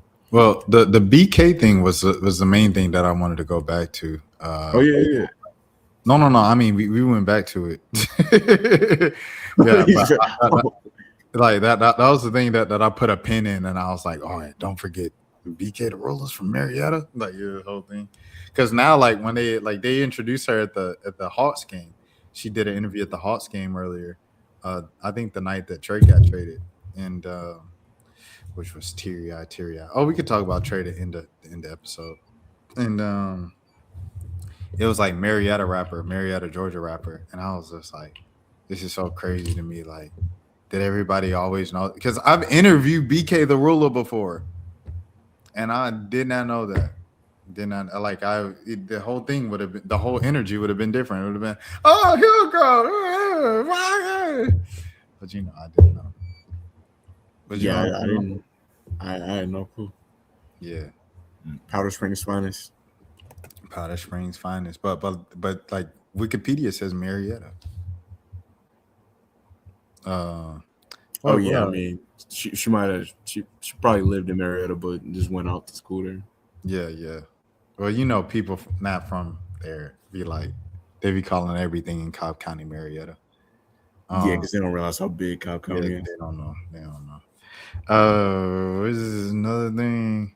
PK to yeah, Coy interviewing Coy was yeah, cool. y'all are Hawks fans, so I don't have the same emotional. I mean, I like Trae Young as a player, and I'm from here, so like. But did y'all just want to vent y'all, whatever thoughts y'all had about Trae Young leaving? Coy was pretty. Like Coy was pretty when I met her. I asked his man about Trae Young. He started talking about how pretty Coi Leray is. That's how you know she's bad. Coco Jones was nice too. And I was like, man, she was so nice. I thought if I was around her enough, I would have the chance. Because I ran into her like 2-3 times, and every single time she's like real nice and like just humble and stuff like that. But shout out to Spider, man. Got a couple more million, and he can dunk better than me. So for me, the two most beautiful women that I met in person, Angela Simmons and Nicole Murphy. Bro, Nicole Murphy, bro, she is it's not fair. Like seeing her in person, I was just like, bro, this is crazy for you to be like 50, this fine.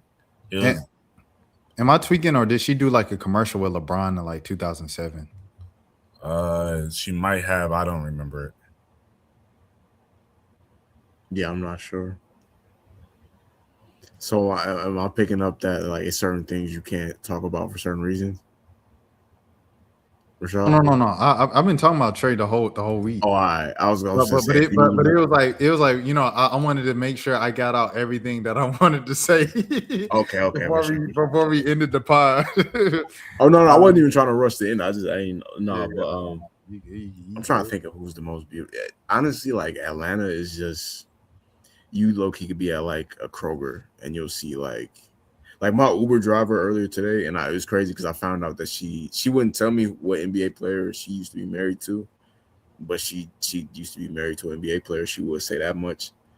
And I could tell she wasn't capping because she was super bad, like to the point where I low key was like, what happened to the finances that you ended up driving Uber looking like this? But yeah, no, you could just be anywhere and you'll see. It's hard for me to say like who the most. I'm trying to think of like famous people that I've seen or women that I've seen in person though. That would be like, yeah, I'm not sure who the most. There's probably some random Atlanta women I've seen before. Mine, one of them was like a Hawks game when I was like maybe I was young. I was real young, so I was probably like maybe 6th grade, maybe I don't know, because it could have been anywhere from 6th grade to like 10th grade. But I remember when I saw her, I was like, "Oh, I'm gonna meet my wife at a Hawks game." And then the other one was my birthday one year. It was probably like turning 21. We went to Hooters. I was going to Georgia State at the time, so we went to Hooters on Peachtree. Just walked up there, and then the server was like just crazy, and I never seen her again. And I was like, bro, that's the most beautiful woman I've ever seen in my life. And then, of course, all the women that I've been romantically involved with, y'all are up there as well. Shouts out to y'all. Gotta throw that in. I mean, you can't be saying things during the relationship, and then since y'all no longer in a relationship, you don't believe that anymore. No, it's not up there. No, I'm joking. I never seen Io Adevery in person. She said you look poor, you look broke, and you don't have a profile picture. I'm about to get on your stupid ugly ass, but you got Indy as your numbers. Indy for Notre Dame, Indy for no doors, Indy for no house. I need to meet Tinashe, bro. I seen Tinashe one time walking past, like on the carpet, and it's crazy because it's like my whole life was like Tinashe or whatever when I was in middle school, and then she just passed me. I was like, "Hey, Tinashe," and that's all I could say. And she said, "Hey," and that was it. And I was like, "Dang, it would have been nice to have a longer moment than that." But you take what you get. Uh, yeah, but yeah. Anything you wanted to say more? ND stand for no dollars. You broke, boy. There it is. ND stand for no dollars.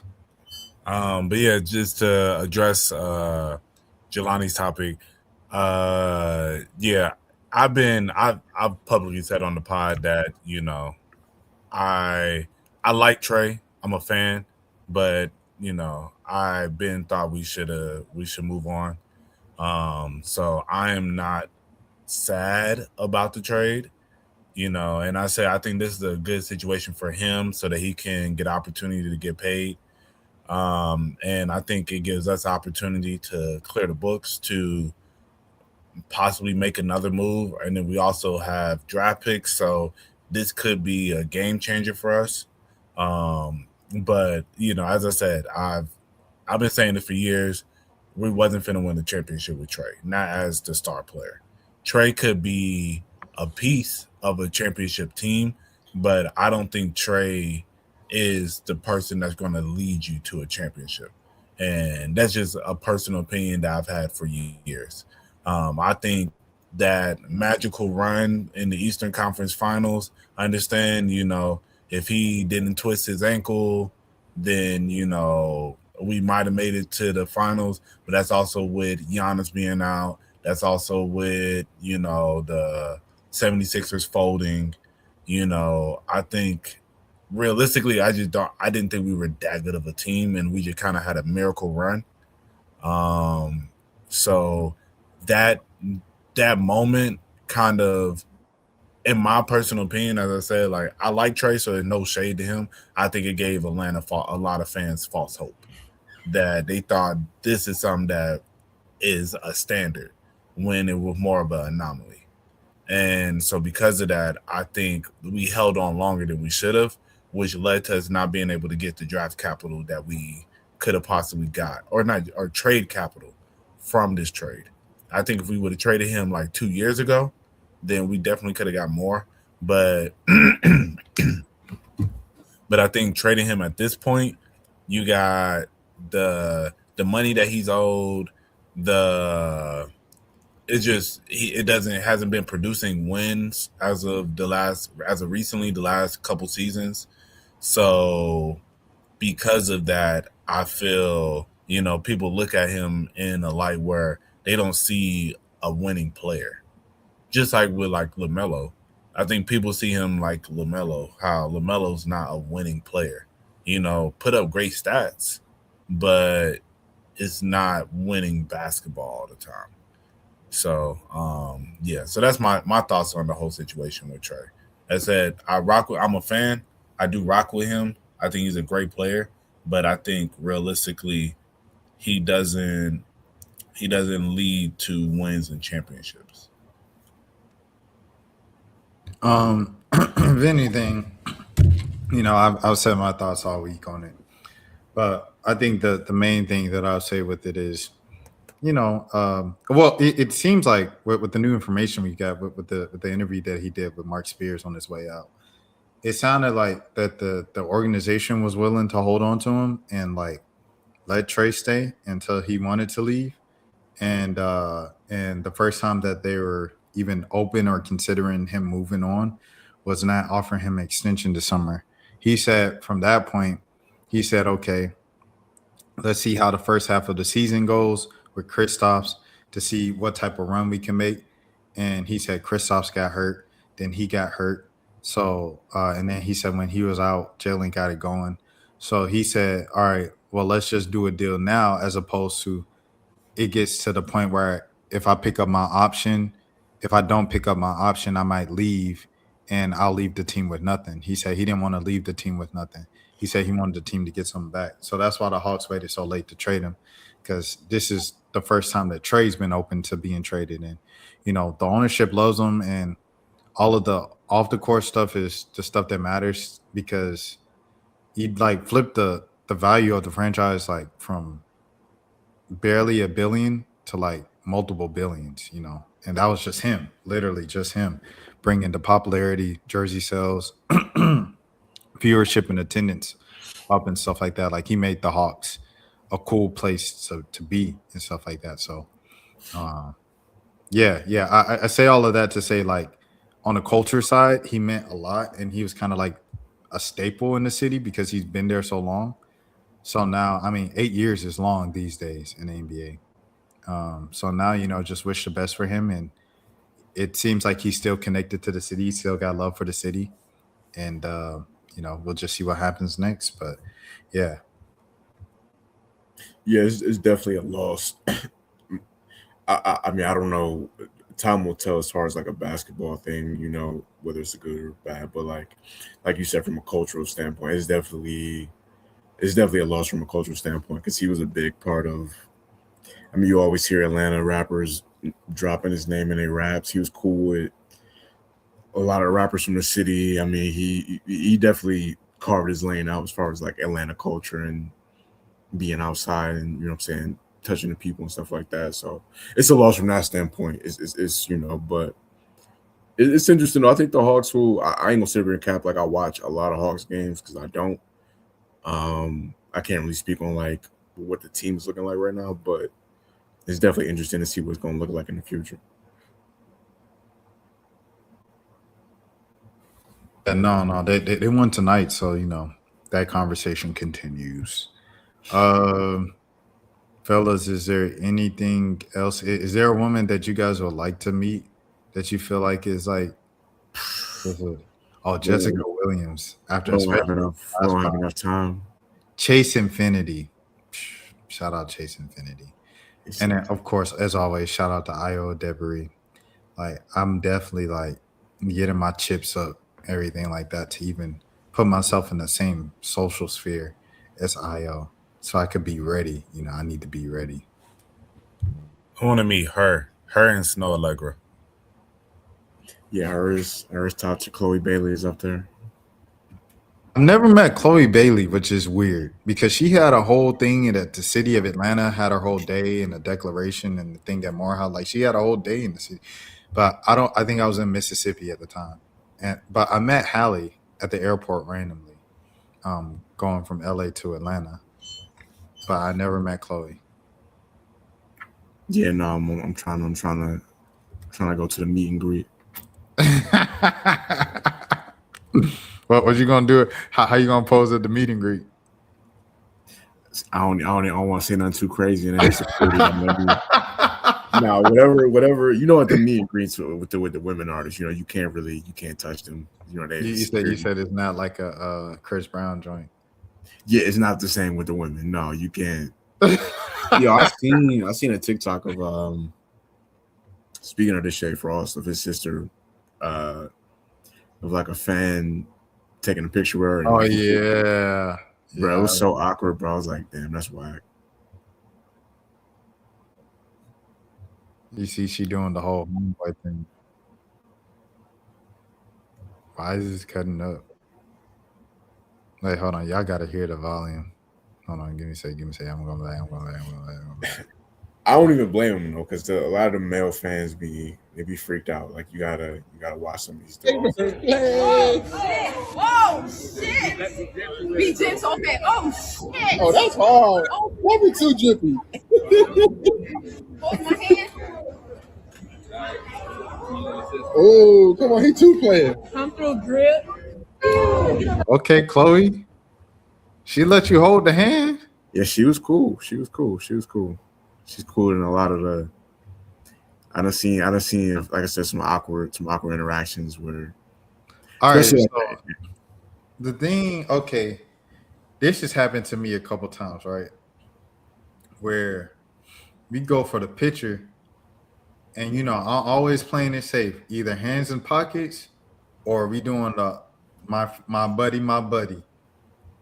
my hand, you know what I'm saying, my right ring on your shoulder like this, you know what I'm saying, on the closest shoulder to me, right? You know what I'm saying? So I usually do one of them two, buddy, or just hands to myself. If the woman comes in and she puts her hands on my waist, like then I'm like, oh, that's the type of picture we taking. That's when I'll go, okay, hand over the shoulder, the other shoulder. And I remember I did that with one particular person. And after she did that, that's when she threw up the peace sign to like, the picture ain't gonna be like that. I was just like, well, why you put your hand around my waist in the first place? I don't know. Was it awkward? It wasn't. It was cool until afterwards. I kept running into them because it was a conference. Oh, And never then, mind. like- Okay. Yeah, I know. Yeah. Okay. And then I seen them at like a party later that night. And I was just saying, hey. And then when they saw me, they like widened their eyes and they turned around like in disgust. And I was like, I'm not stalking you. We're just at the same conference. You see the same 50 people the whole week. Yeah, I'm sorry, but you spoke about that before. Yeah, I'm sorry Yeah. that I went like that. Hey, shout out to Alicia Cara. She don't want to be at the party. Man, I ain't seen her in forever. She was on that Logic song. I think that's like the last time I saw her. Yeah. So she got a little donk on her. Okay. He talking about Holly. Yikes. Chloe. Oh, you talking about Chloe? Okay. talking about Chloe. Yeah, I thought you talking about Alicia Cara. I was like, I didn't really study her like that. I mean, she got a little something back there. Oh, for real. I mean, ain't nothing crazy. All right. Oh, he just looked it up.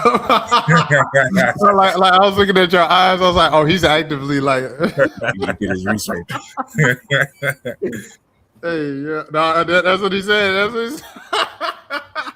Oh, he said he was talking about Yeah. Alicia All Cara. right, for Lane Shaquille passport, I'm gonna do it, but let me see. Yeah, I'm gonna have to do my research when the episode is over. I don't know what to say. Like I can't search like backside. I mean, you can.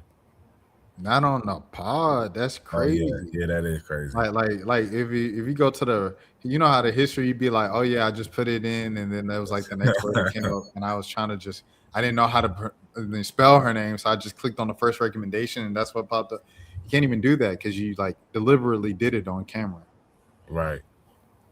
Lane I see some that you can't see much in that outfit right there, but be so for real. I see. I mean, I'm see- looking at her page. It's like, yeah, it's a little. Shout out Pink Panthers. Oh yeah, she fine. I met her. Kalani Yeah, Rogers is fine. I met her. Same day. Yeah, she. Oh yeah, you told me that you interviewed her. Yeah. I'm never letting that one go. I'm never letting that story go. Shout out Kalani Rogers, friend of the channel. I guess that's about it. I feel like it gets to a point where like if I'm searching these with that screen actively, it gets to the point of creeping. So I'm gonna stop right there. He said look up Elizabeth Carr 2025.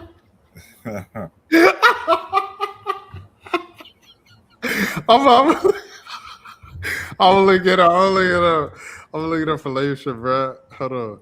Let me see what pops up. Okay, so that's what pops up. All right. Okay. All right. I'm gonna stop scrolling down. Yeah, I'm gonna go on her gram when the episode is over. See what it's looking like. I sound crazy saying that, but I'm gonna go on the gram. I'm gonna see what the gram hitting on. yeah. No, you good, bro. We yeah, no, we good. We ain't judging you, bro. That's funny, man. All right. Cool. Anything else or anybody else before we wrap up? That was a fun into the episode. Nah, I'm good. All right, cool. As a clock strikes midnight on the East Coast, we thank y'all for joining us in another episode of 1 a.m., the first of 2026. My folks, man, RB Mo, Jelani, Lame Shaquille from Pack Fool in the chat holding it down. Fellas, floor is yours. You can find me on Twitter /X _ Jelani. 2 underscores at the end. You know what I mean? You watching us on YouTube right now. So if you're still watching us, you want to subscribe, you know what I mean? Go ahead and press that button. Like the video if you want to, you know. And yeah, man, you know. All right. You can find me on TikTok at RubberBandMo. You can find me on Instagram at RBMO ____. And you can find me on X at Monos _ Yo, when we did the Hawks pod, and I was mentioning Twitter, I thought about doing it, and then I was like, nah, this ain't. I was ready for it, but it like you say, it was too many people on, and they was in a roasting type of mood. Yeah, so I was like, yeah, they definitely would have like said something. Because I looked at your face and I could see you was like, he gonna do it? Yeah, no. My arms were like this, bro, like under the table, like I right, was like, just in case I was ready. Nah, facts. But yeah, man. All right, cool beans. But yeah, y'all subscribe to the 1 a.m. Page. Hold on, I'm gonna pull it up right now, so you see how it looks, all that and stuff. We at 7 subscribers right now. We might be at 8 because I just sent somebody this link earlier tonight. Is it 8? We still at 7. Oh, that's crazy. That's crazy. All right. Anyways, regardless, don't be like said person. Subscribe. Get us to 10 subscribers, man. Y'all know what this is, 2026.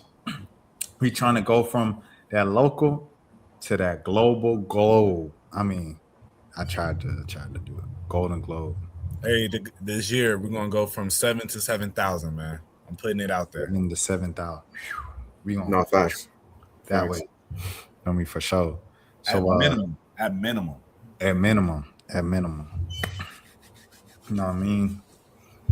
But hey, we gonna see all y'all next week. I make sure y'all always tune in, and please take care of yourselves. Peace. Throw your motherfucking hands. Get 'em high.